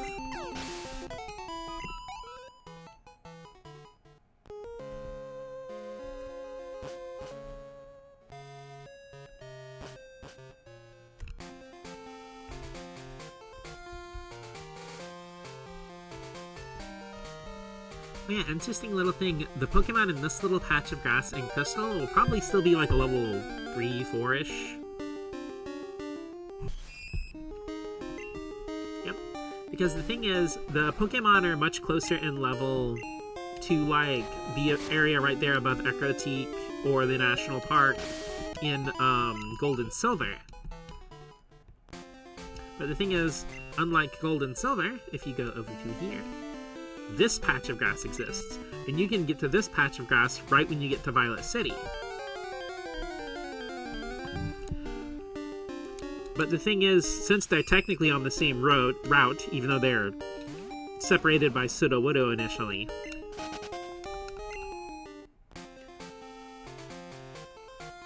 they actually share the same encounter table since they're part of the same route. So, as a little bit of like a, I don't know if sacrifice is the right word, but I guess a little bit of a necessary change is that in Crystal, this is a completely different encounter than normal grass. If you go down here, it's Route 35 if you go past this tree. Because interestingly, the thing that tells you the route that you're on or the name of the town you're in, that's specific to Crystal. Gold, Silver, and of course Red, Blue, and Yellow don't do that. You do still kind of see the load barrier, like the load time barrier and the tiny little momentary pause in Gold and Silver. But it doesn't actually show you that you're on a different route, or have like a little name card pop up.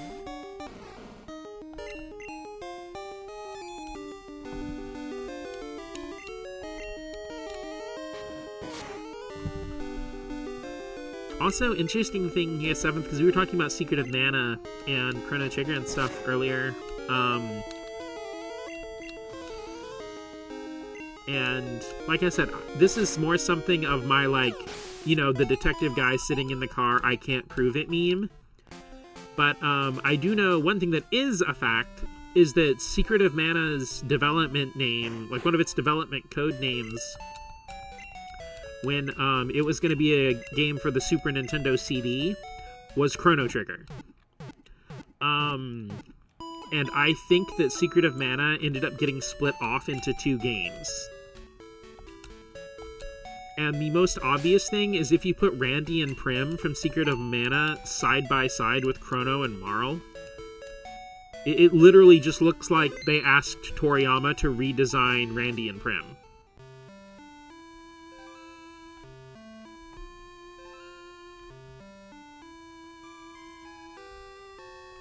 Because I'm sorry, those character designs are just way too similar for it to be a coincidence to me.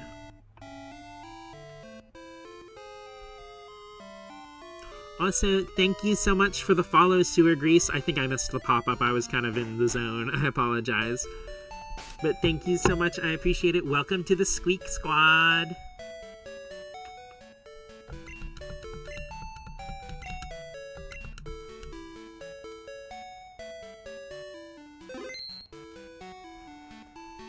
No need to apologize. It's been really cozy here. Thank you. Learning a lot. Yeah, I am, you can ask any of my regulars who show up to my streams. I just, like, I have an extra brain for random video game information. But yeah, I've also been streaming, Final Fantasy V.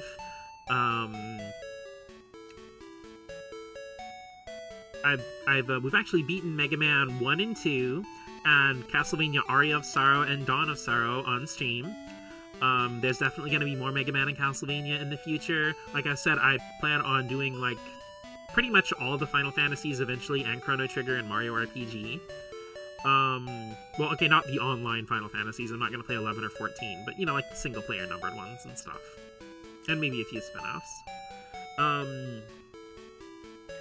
But yeah, I hope you enjoy that, because, like, I love a lot of retro games. I love a lot of modern games. Pokemon's also one of my favorites, because some other games I've been working on, we started a playthrough of Pokemon Mystery Dungeon. And the crazy part is, like, you know, with the whole mouse persona, I actually got Pikachu from the questionnaire on my first try without even, like, looking up how to get it. So,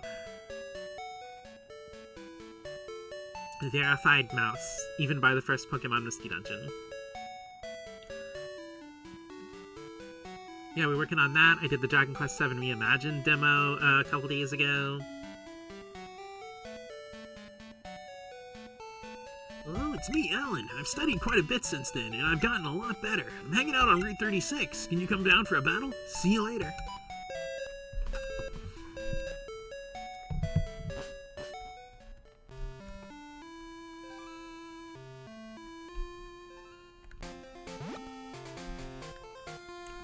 Well, thankfully, Alan is just nearby.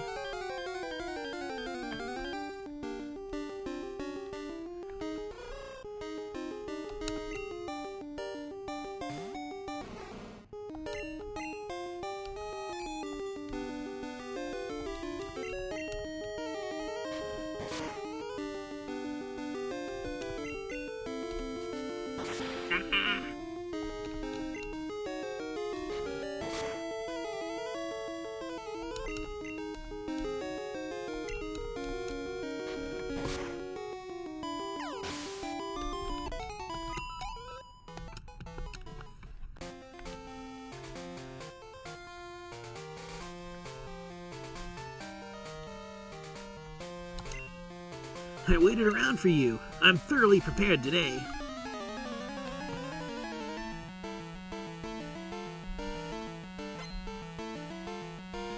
Schoolboy Alan wants to battle.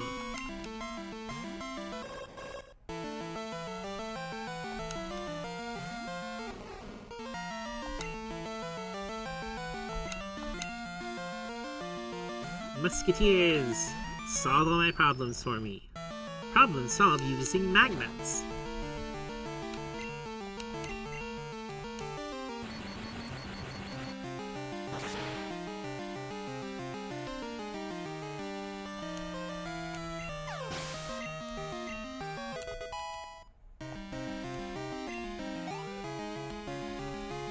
Also, there's an interesting graphical bug in, I don't know if you'd really call it a bug? I think so, in the 3DS versions of Gold and Silver specifically. It doesn't affect the 3DS version of Crystal. But, whenever you use, like, an attack, like, I think it'll do it for return here. Yeah, you see how the HP bar disappears when, my Firo used return, right? It won't do that in the 3DS version of Gold and Silver, so your HP bar will move and bounce around with you. You have a good night, Seventh. Thank you for stopping by. Always love to see you, dude. You have a good weekend, too. Bye!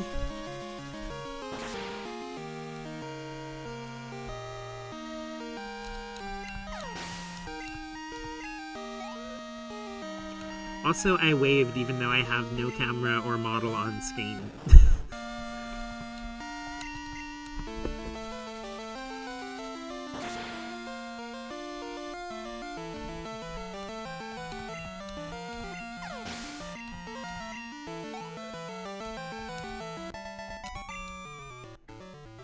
Oops, computation error. Alrighty. Actually, I do believe I'm gonna go ahead and wrap up now too, because it is almost midnight for me. I actually intended to do a short stream, but I ended up going for almost 4 hours. Which is good. I'm glad I could do a big stream. I've only been doing short streams for the last couple days just because of how tired I've been lately.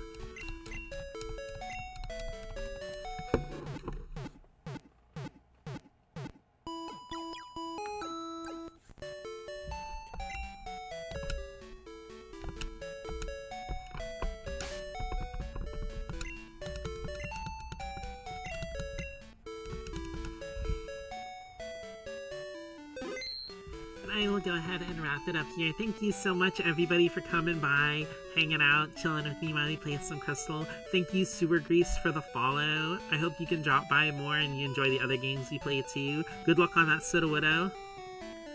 You have a good night, everybody. I'm gonna go probably make me some pizza and then go to bed. Bye!